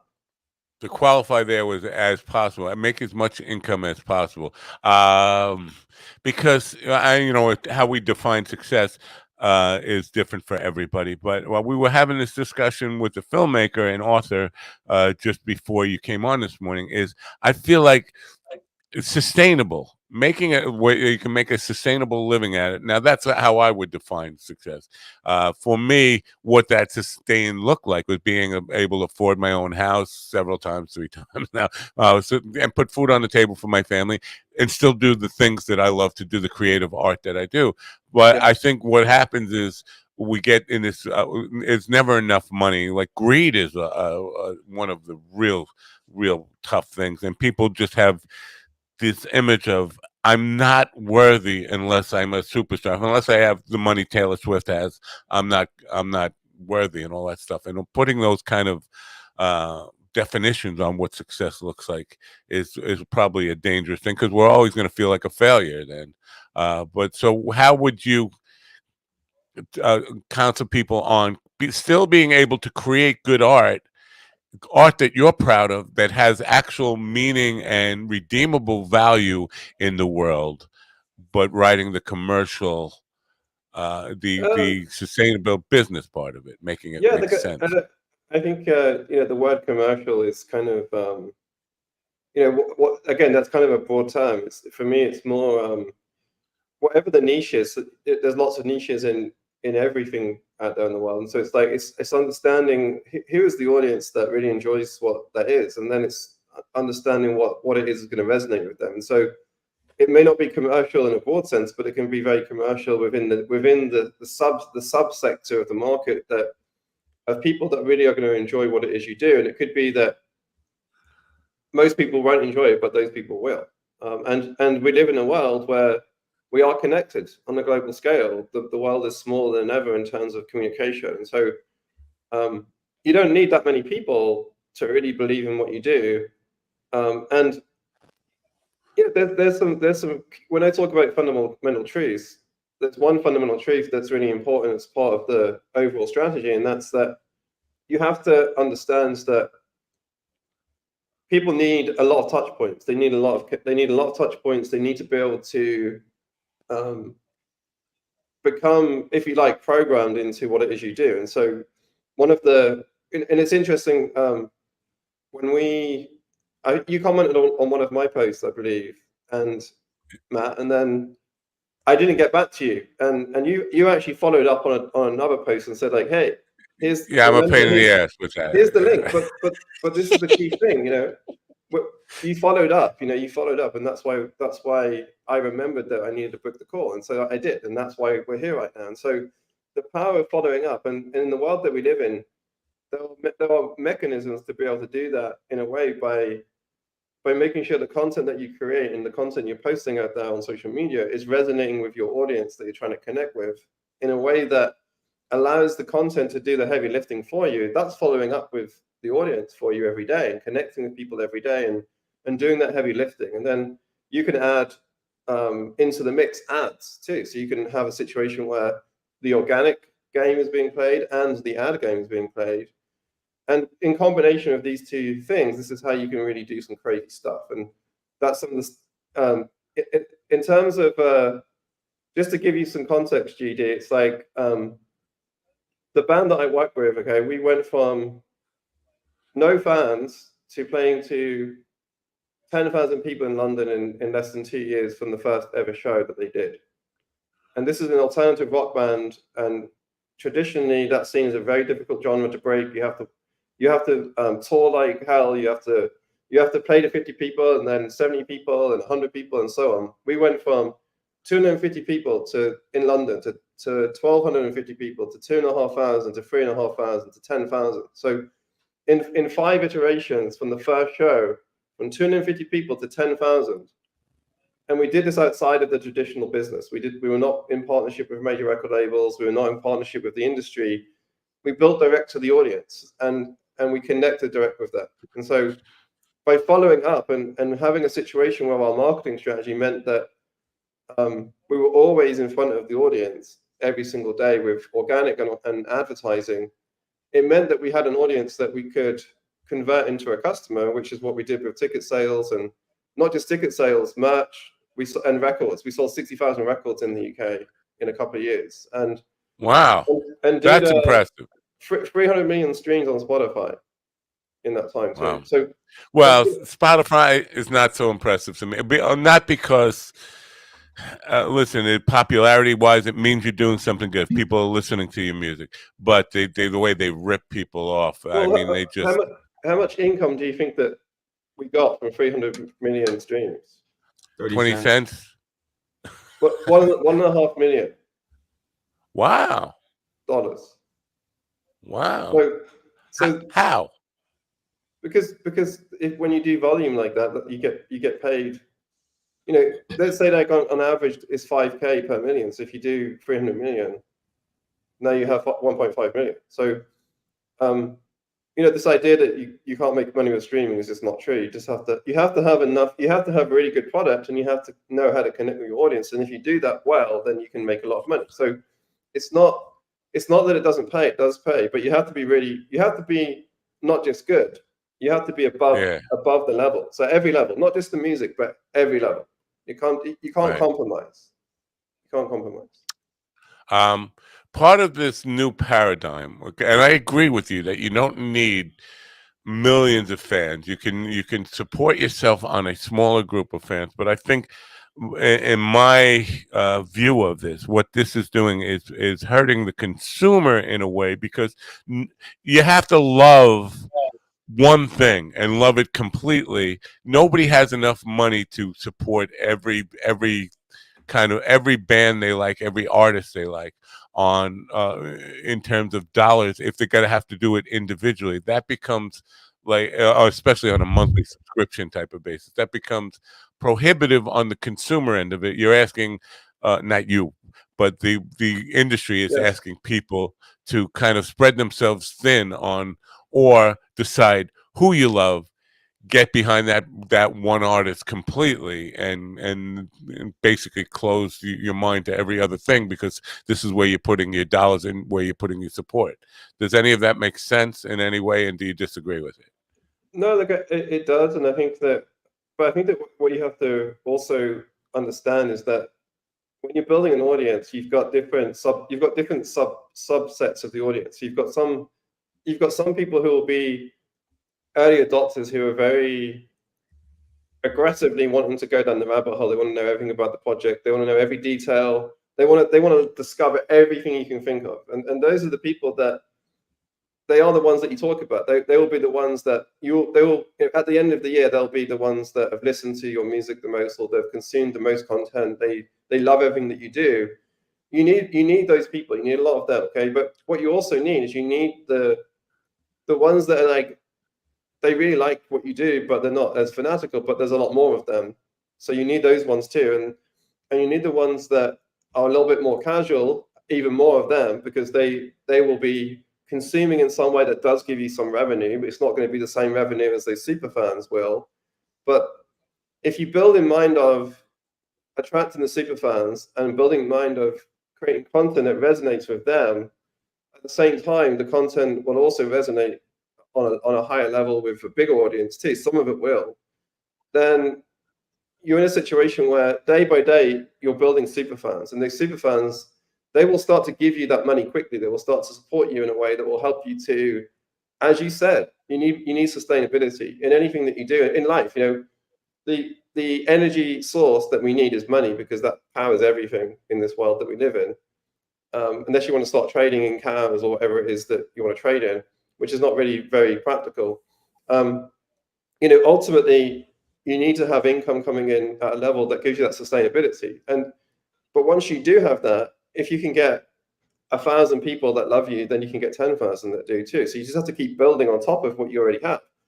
And so my philosophy has always been to simplify the complex nature of the world we live in, and to say, well, what is the shortest pathway to get the outcome that we want to get, and what are the fundamental truths that are applicable regardless of what platform you use, whether it's online, offline, whether it's on Facebook or Instagram or TikTok or YouTube. If you understand what the fundamental truths are, it doesn't matter what the platform is, because those fundamental truths, they are true no matter what. So if you're able to understand what they are, that's how you can build, if you like, a pathway to get you success every single time you do what you do. Okay. And it doesn't mean it's easy, because look, when I talk about having the best product, it's really pushing yourself to a level and lifting the bar as high as you possibly can to say, in this work that I have done, I've absolutely put my best foot forward. I could not do more to make this better. I could not do more. And you have to be honest with yourself and say that this is what I've done. And if you can't say that that's what you've done, then you really need to go again. I think the operative phrase, the most important phrase you just said, it doesn't mean it's easy. And I think people want everything to be easy. And this is a big part of the problem. Is like, if you have good strategies and good operational plans for people, if it doesn't come easy and I don't have to lift the finger, then I'm going to dismiss it as being ineffective, because listen, you're asking me to put in actual work for it. And this comes directly to my question is, because I get, and the reason you're here today, back up a little bit, I've talked about your philosophies on this to musicians and other people on the program, and then remembered seeing you on Facebook, and then started following you again and seeing all the stuff that you're putting on there. And I do believe that what you have is based in sound business principles. But I also believe that artists by nature are not very good at this. So the question is, and do you need somebody else doing this for you? Because it takes energy, it takes concentration and focus on the business end of it. And that, to me, takes away from the creative part of it. Do you need somebody in your corner doing this with you? Yes. So this is a good point, because going back. So the first version of this book I released at the end of 2018, and between releasing the book and the end of 2021, I did 5,000 one-to-one calls with artists all over the world. Okay, so I got on Zoom and I spent time with them, and clearly, and as you said, understanding business at the level that I understand business. I've been an entrepreneur since I was 10 or 11 years old, and I'm 46. I'm 46 this week. So it's like, happy birthday. to be in a situation where an artist would understand the stuff that I would understand is near on impossible, because that's a lot of years of doing this stuff. So artists don't understand business, and that's just true for most people, not just artists.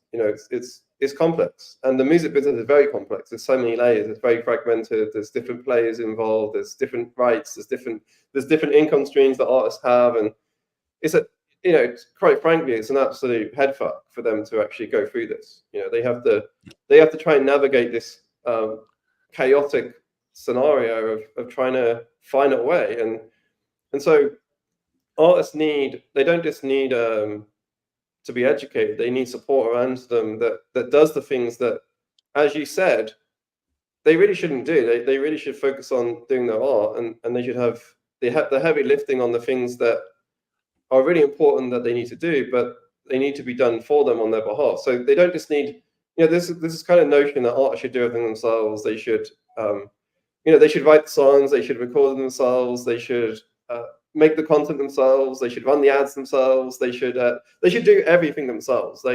And for me, that's absolute insanity. There's not anyone that has the capacity to be able to, whether they have the skills to do it, that's one thing. The other situation here is that you have to have the time, and there's only one of you, so you can't multitask these things and do these things at the same time. So what artists need is they need services, and whether that's through software and leveraging technology like AI, or whether that's through having done for you services where they can outsource what it is that they need to do to somebody else. But what they also need is not just services that are very effective, they need services that are affordable, because that's obviously, they want to be able to make sure the little money they have, and it's not true that all artists are poor, that's not true, because some artists come from wealthy families, and some of them have, I know artists that built a tech company and sold it for 20 million, and now they want to focus on their music because that they sacrificed it in the past. So the idea they don't have money is definitely a myth. And in my experience too, is that artists will make it happen. If they have to get a new guitar, they will find the money. If they have to get a new amp, they will. If they have to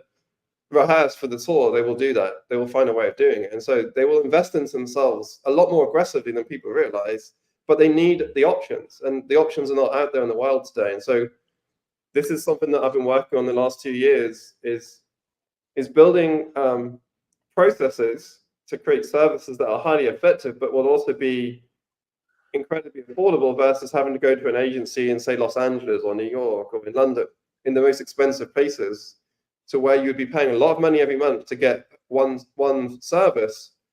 My vision is that we'd have services where, for the same price of one service, they could have 10 services. So they've been in a situation where they have a lot more action being taken on their behalf, ahead of those that are not in a situation where they are using these types of services.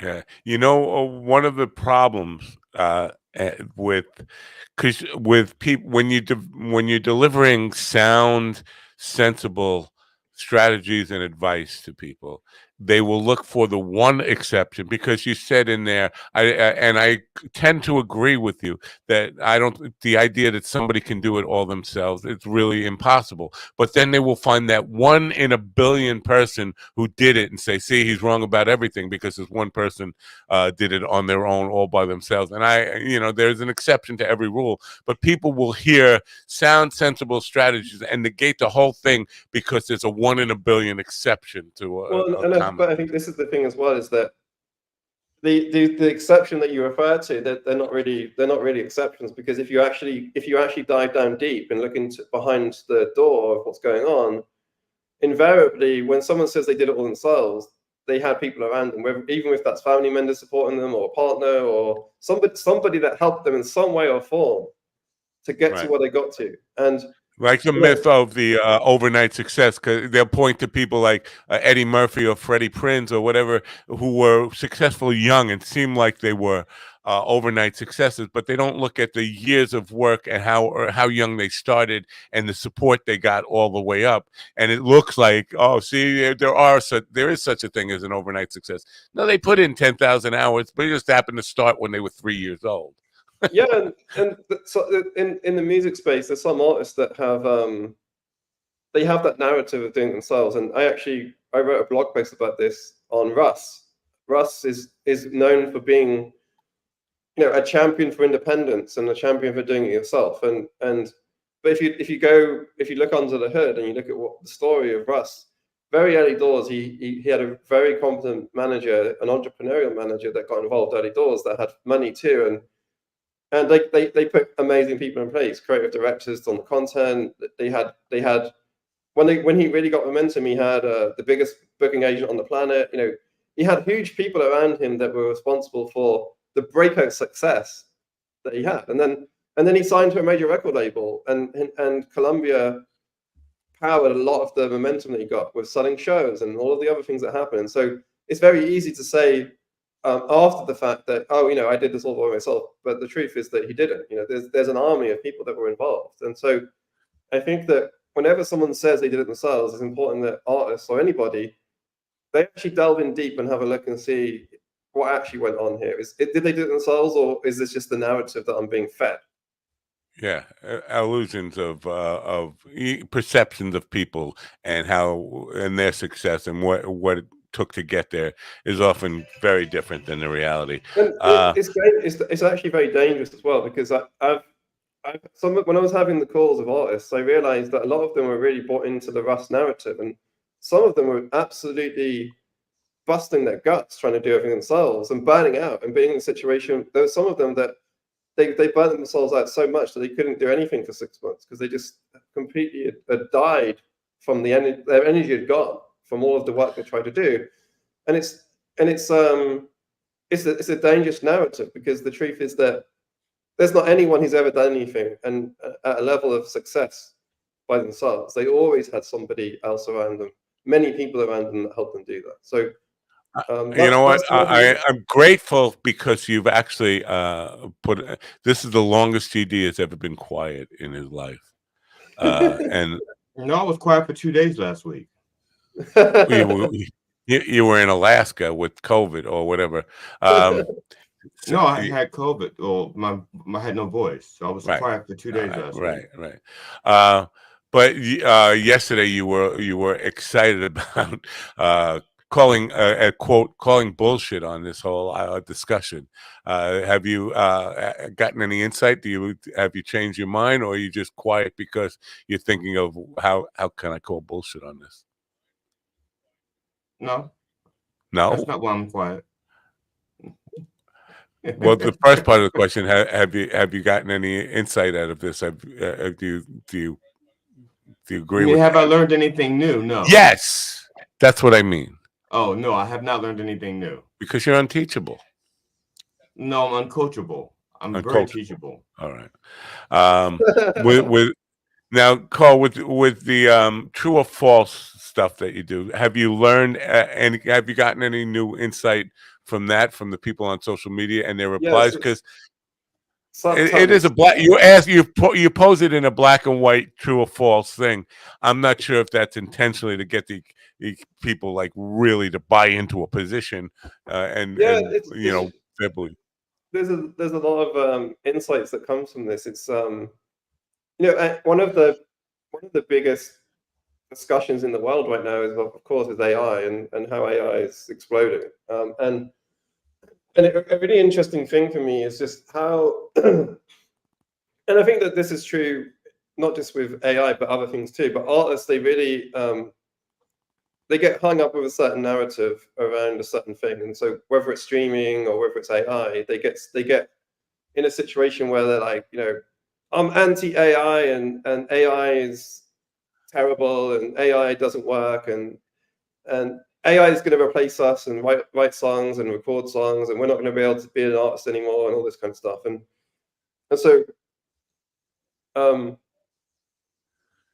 the narrative that they are seeing, or the narrative that they have in their mind, is something that's swaying them in a direction that's just not the truth and not a narrative that is healthy. Because ultimately, if you actually look at what AI is, and AI is not really even AI, it's not artificial intelligence, it's just an algorithm that is very good at understanding words. That's really what we have today. It's very good. The large language models that exist, they're very much programmed on all of the words that are out there in the world, and they're very good at understanding the sequence of words that whatever you've sent to the AI, they're very good at understanding what they should say, what it should say next. The AI doesn't know what it said. It just did what it did based upon what it knows that the rules are. And so it's interesting to see how artists are really anti-AI without realizing that they're actually using it every day, and even in their DAW or in some of the plugins they have. There's AI in most every software that they're using without even realizing that they're using AI extensively, but they have this narrative that they're against it. And so that's an interesting thing that's come out of the questions, is just to see just how angry artists are about AI and what they think AI is. Well, it snuck up on us in terms of, I agree with you. I've been using what really passes for AI now in different degrees, in different software for at least a decade, but people weren't calling it AI. They were calling it smart plugin or something like that. In terms of, but now that it was calling it AI, last night I saw this song was completely written by, completely created with AI, and then I clicked on it. It was god awful. It was like a kindergarten song, like a very basic. It had words and singing with it, but it was like it would not pass for art in any place I've ever been to, unless it was kindergarten stuff like that. I mean, that's but it. I do believe the tools are adaptable. And I think that the key is to understand that it's a tool that you can use to help you and assist you to do things more efficiently.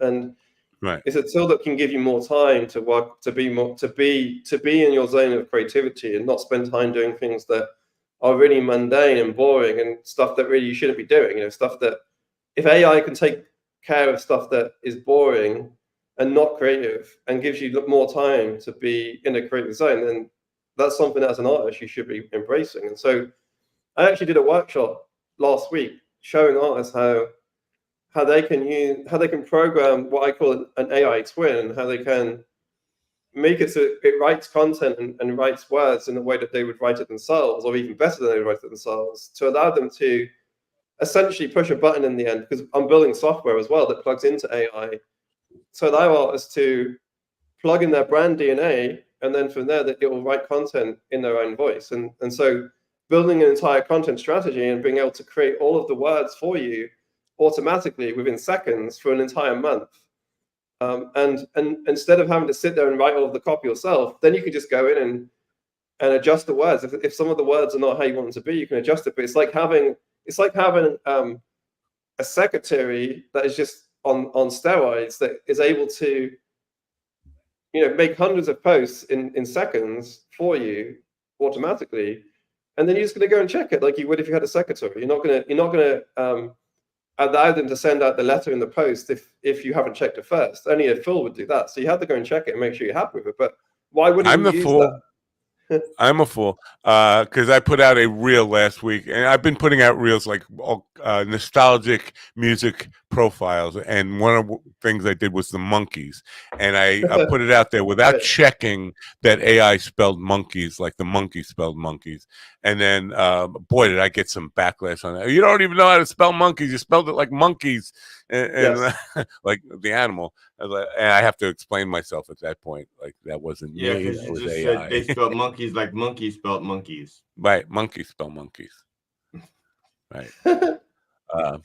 Now, the only black and white thing that I rule, I think that because we live in a time where a lot of people have the win the lottery mentality to success in the arts, whether that's comedy, music, film, anything. It's like I believe there are many paths to success, but all of them include hard work, diligence, persistence, and being knocked down a bunch of times. People just are all across the board in all the art forms just looking for that. I want somebody to recognize my genius. I want to go on and win a talent show.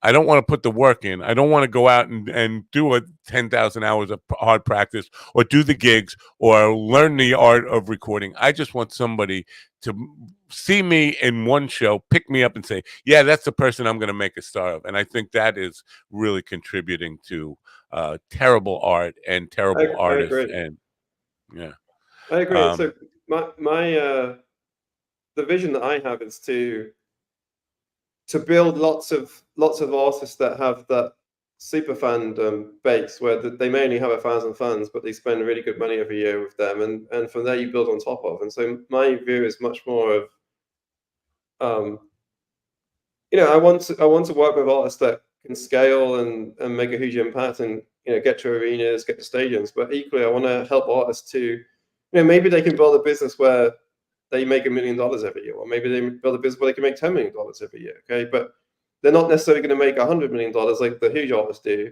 which they do, or more every year. But they're going to have a great business. They're going to have a business that really gives them a fantastic living, and a business that where, as a partnership with them, we can make money and they can make money together, and be in a situation where they're making a big impact on what they do because they're connecting with the other human beings that really want to resonate or really do resonate with the art that they create. All right. We're running out of time here, and I'm going to have to let you go. But coming back to the last hour where we had this conversation, I think it's really important to have a sustainable life and good business for art to move forward. But the question becomes, are we going to see great art in the future, or is the lack of business that supports artists and doing great art, because we were talking in terms of movies and how they're just doing sequels and remakes of stuff because there's no risk to, everybody's afraid to do something original because the investment that it requires and all that stuff. For music, are you an optimist in the music business that we will see great art, or will the lack of risk taking, the lack of wanting to be original and do something that is completely different and break barriers and break down walls in what is expected in art, that has been eliminated by the need to kind of sustain yourself?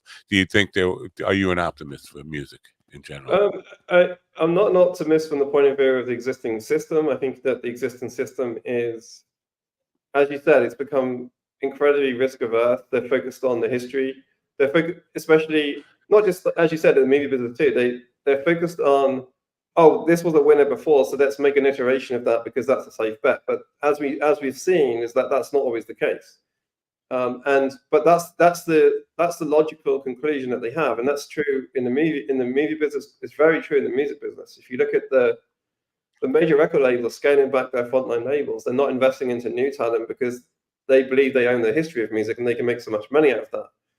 And I think that the big opportunity is to be the opposite and to say, well, we're gonna focus on the future of music, and we're going to focus on growing artists in every genre of music from every walk of life.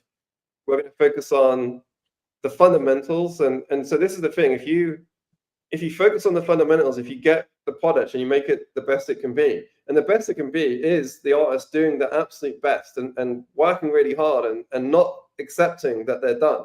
If you look at the artists throughout history that have have done great things. They're so obsessed. They're so prolific and they work so hard at what they do. You know, that's what they do. The genius that they have is way beyond just their mind. It's also their work ethic and their determination, their resilience to do the difficult stuff. To say that this might be good to you, but I don't think it's good enough yet. I think I can do it better. Okay. So so the goal is to push these artists to be the best that they can be, and to not settle for being somebody that hasn't achieved what they can achieve with the work that they do. We lost Steven. Anyway, it's time to say goodbye to you. Zero to Recordbreaker, zero to recordbreaker.com. What else are you still? Because I thought I saw you were going to be having an event on Facebook. Yes, that was the workshop that I did last week. So I'm about to push on in a big way. I've got a number of artists that I'm about to partner with in a similar way I did to the band that I work with, that I got those results with. And then I've also got some software that I'm developing that's essentially going to become, if you will, like an artist operating system. The goal here is that it will help to power their whole business, and it will have workflows that are based on fundamental truths. So the workflows that are very efficient, that will help them to do the heavy lifting, and a lot of the things that they don't want to do, we'll do that for them. And then having affordable services that help them to be able to do what they need to do as well. And then I've built this system what I'm calling a people metric system. And this system is designed to monitor the artists in the ecosystem and find the ones that are doing the work. They're listening, they're taking the action. And then the ones that do that, to partner with them, to form a partnership with them, where we'll invest into them and help them, like a major record label used to do, invest into them and help them make records and help them make an impact with the music and the art that they're creating. Very cool. Well, we wish you good luck with that, and we'll support all of it. Zero to recordbreaker.com. Follow Carl on Facebook for and all social media for more of this kind of stuff. If it helps you out, you know what? Good luck with everything you do. If there's anything I can do to help you, just let me know. Thank you. I appreciate it. I appreciate you giving me a platform. Thank you very much. Have a great day. Thanks for being here. Cheers, guys. Bye. Bye. Oop, cut him off in the middle. Carl Hitchborn, folks. Zero to recordbreaker.com. Follow him on Facebook at just Carl Hitchborn. I think it might be the Baker too. Could look it up that way. Anyway, good stuff there. GD, you're quiet. What happened? You're going to call bullshit on him, and then you got.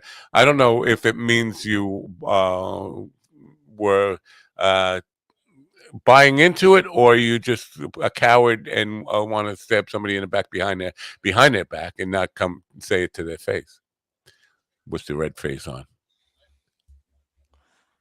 So is that like a true or false question? That was a true or false question, yes. Then it's false? True. It's true. Oh, okay. See, I didn't. Then why did you wait for me to answer if you're going to just give me my answer? Well, I know what the real answer is. I just wanted to. You don't know what the real answer is. I wanted to hear you make a mistake. Oh, you're not going to hear me make a mistake. I don't make mistakes. Oh, see that? This is Barry Katz kicked you out of his school. He didn't kick me out of the school. Well, it's the reason he did was kick me off the show. Yeah, did he really? No, he didn't really. Did you see the? I don't know all the details about the show. I just was under the impression that I was going to be on it, but that was the show that took place last night that Robert Taylor was posting those beautiful pictures of. Yeah. You were supposed to be on that? I don't know. I thought I was going to be on it. That was what the text and stuff I was getting, but it were not coming from him. It was getting from someone else who was supposed to be putting the show together for him, because he said he didn't want to be involved in like putting it together. He was just going to put his name on it, so to speak. So like getting the talent together, someone else was doing that for him. At least at that stage. And at that stage, I was going to be in it. And then something happened, and I was no longer in it. So I don't know what happened. It has nothing to do with your belligerent, obnoxious approach to everybody in your life. It could have everything to do with my belligerent, obnoxious approach to that kind of. It could. Okay, all right. I'm not going to lie. But I don't look at it. I don't see myself as being belligerent and stuff like that. I see myself as being honest, and some people don't like my honesty. All right, whatever. We'll come back to that in a moment. Okay. Comedy we and can stuff. come back to that. On the music stuff, where Carl was talking about, just produce the best work that you can actually do. I am definitely guilty of a couple of things here. Is putting out stuff just because I've worked on it so long. Just be done with it already. And I knew it was not the best work that I could possibly make it, but I was just so sick of it. Especially in music, I don't know if this holds true in comedy, although I think it does. You work on a piece, the initial creation of it, you think it's brilliant. When you start, you refine it, you get it better. Then in music, you take it to the studio and you start to record it. You do a demo first, then you go to true production. By the time you've done it, you've lived with this piece now for a long time, heard it so many times that you hate your own creation and you just want to be done with it. I think that's a trap that a lot of musicians fall into. I heard Seinfeld talking about that process with a joke that he has worked on some jokes for 10 years.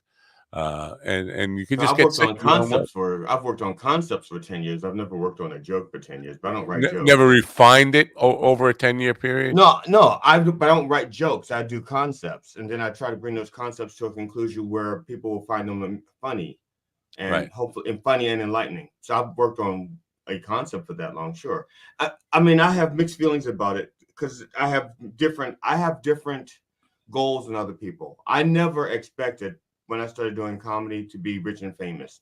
Now, back when I was a musician in my 20s, I did expect to be rich and famous as a musician. And that is true. But as a comedian, because I started so late, I never thought I'd be rich and famous from being a comedian. And so as a result, I just want to I'm prolific, very prolific. And so some things, I don't have time to wait for it to be perfected. I know it's imperfection. That's my so like I have music parodies that are out there, and when I put them out there, I'll go like, oh shit, I should have done this instead of that.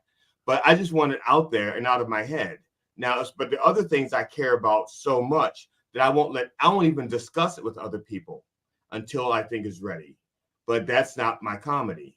That's not the comedy. Well, I had that kind of attitude even as a young person in music because I wrote so much and created so much. Yes. But I did not, even though I was a young person, I didn't feel like I had unlimited time to just wait and keep perfecting it, and it's just not good enough. I'm sick of this. Let's just put it out there. I've already written 100 other songs I'm ready to work on now. Let's just get done with this one. And I've settled a lot with that. I think that's a big problem. I don't know. And the other thing is waiting till it's the best it can be. That to me, that's bullshit because things are always evolving. Okay. I've done music where I've done it and thought this is like really great. This is exactly what I want. And then maybe 4 or 5, 6 years later, I'm thinking, if I had augmented that seventh or something like that, you know what I'm saying? That would have brought a new layer to that chord.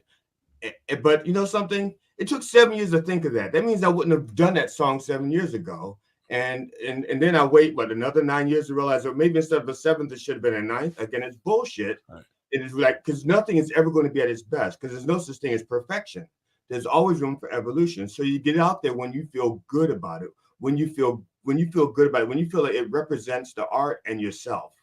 Ron, shut up. I mean, you got to let other people get a word in every once in a while. Yeah, Ron, you should. You don't have to step on everybody all the time. Every time you just keep talking over people, it's really off-putting. Yeah, so I agree with what he's saying in theory. It is just his bullshit theory in a sense. Ron has a bullshit theory. See that, Ron? Well, not Ron. Ron is. I love Ron. He's like my Ace Coon buddy. Coon is in black. All right.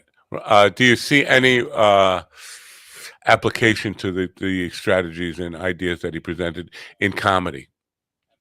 Is it the same? You guess? I believe in hard work. I believe in putting your best. I'm talking about no, not that. I'm talking about the idea that with a limited number of dedicated fans, you don't need to kind of have this gigantic fan base. I think there's some truth to that. You need 1,000 because I took 1,000 fans. You need 1,000 fans. If you can get 1,000 fans, then you can build off that. No, what do you mean by fans? You don't mean followers? You mean people who like I got to see this show, that kind of thing? Yeah, they consume your products. They're into you because you can find your 1,000. Then from there, you should be able to build. Especially if that's what he's money. talking about. If you can do 1,000, then you can get to 10,000, and you're just building on what you already have. But because I think the world has changed for music and comedy. The world has changed where you're not, and he talked about people who are making money from product, and that's impressive. But you're not making money. Most people are not making money off a product. They're making money off of live performances. And if you have 1,000 fans, if I have 1,000 fans on Long Island, and I do definitely have 1,000 fans on Long Island, but I can do a show in Dallas, and it might get canceled because not enough people will buy tickets because I don't have those 1,000 people are on Long Island. So what good are they doing me in Dallas? And if I'm going to live the life that as the business describes it today, I have to be a road warrior of some kind. And so 1,000 people spread out over the United States of America probably wouldn't do me much good. Would it? I don't know. Well, I don't know the answer to that, because if I did, I'd probably be more successful than I am, or at least more popular. I won't say successful because I have a different idea of what success is. Well, success, as I define it, and I'll come back to my definition, and you don't have to agree with but just to be able to sustain yourself. For me, it meant buying my own home and taking care of my family. Yeah, I'll never be a success in that regard. Not in comedy. Probably not in life. It comes down to a time thing too. I mean, you're too old to actually have but if you put in 20 more years, you'll be 95 or 85. And that was my premise when I started at 55. And 55, I said, it's probably going to take me, 15, 20 years to be that good and that famous. But by that point, my actual cognitive decline would have set in. And yeah, my material might be that good, but I wouldn't recognize it, or I wouldn't have the stamina to perform my material. I'd be like George Burns. What I think about, like what you were saying about perfection and things like that earlier, is that I think about the band Boston and how the guitarist essentially murdered, allegedly, the lead singer, because the lead singer killed himself probably because they took so fucking long between albums. And the guitarist in Boston, I forget that guy's name, but he's just, I don't give a fuck. I don't, like Matt says, I don't give a fuck what his name is. But yeah, that guy, like anytime you'd see him in an interview, like, why does it take so long between Boston albums? Like, well, I just get to perfect it and have this track. Then people wait and you're like, this is the same shitty Boston album you made last time. I'm going to take a session with that. But no,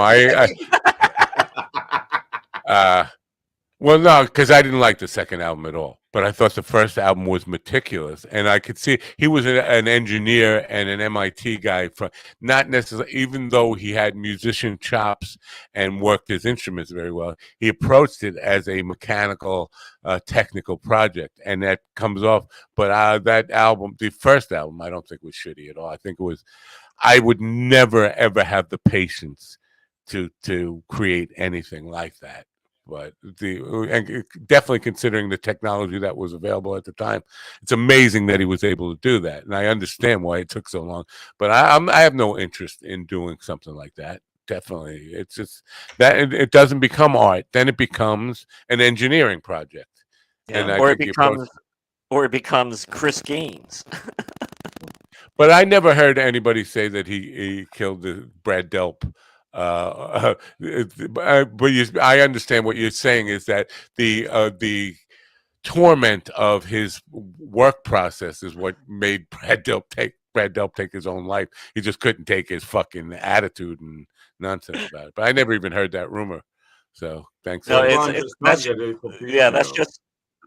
that's just conjecture, and it's all allegedly. That's my theory. That's my fan theory.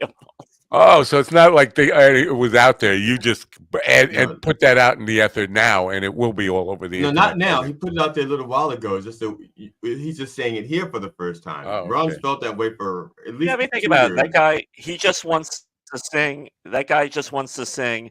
Then you got to go back to the guitarist. And it's like, guess what? It's gonna be another 5 years. Then he's like, fuck you. I just want to sing. Right, and I'm tired of singing the same album. Can't we at least write a song that we can perform live? That was because I did a reel on Boston and the first album, and then the biggest comments that we got in the YouTube channel were, they Boston put it like the monkey spelled Boston. No, is that they put out one good album, but then it took 10 years for them to do another album, and it was shit. It was, and great artists put out generally put out a body of work, not just one great album. And that was the biggest critique of them, is that, and he played most of the stuff, if we're honest about it. It wasn't even the band. It wasn't a band project. It was him and Brad Delp for the most part. So it's like a Steely Dan thing, except for Steely Dan, there's only two guys. And Steely Dan hired musicians to play. Yeah, very good musicians. Yeah, Schultz, Tom Schultz, he basically played he played the organ, he played the keyboards, he played the bass parts on it. I don't think he played the drums, but I wouldn't surprise me that he played some of the drums on it.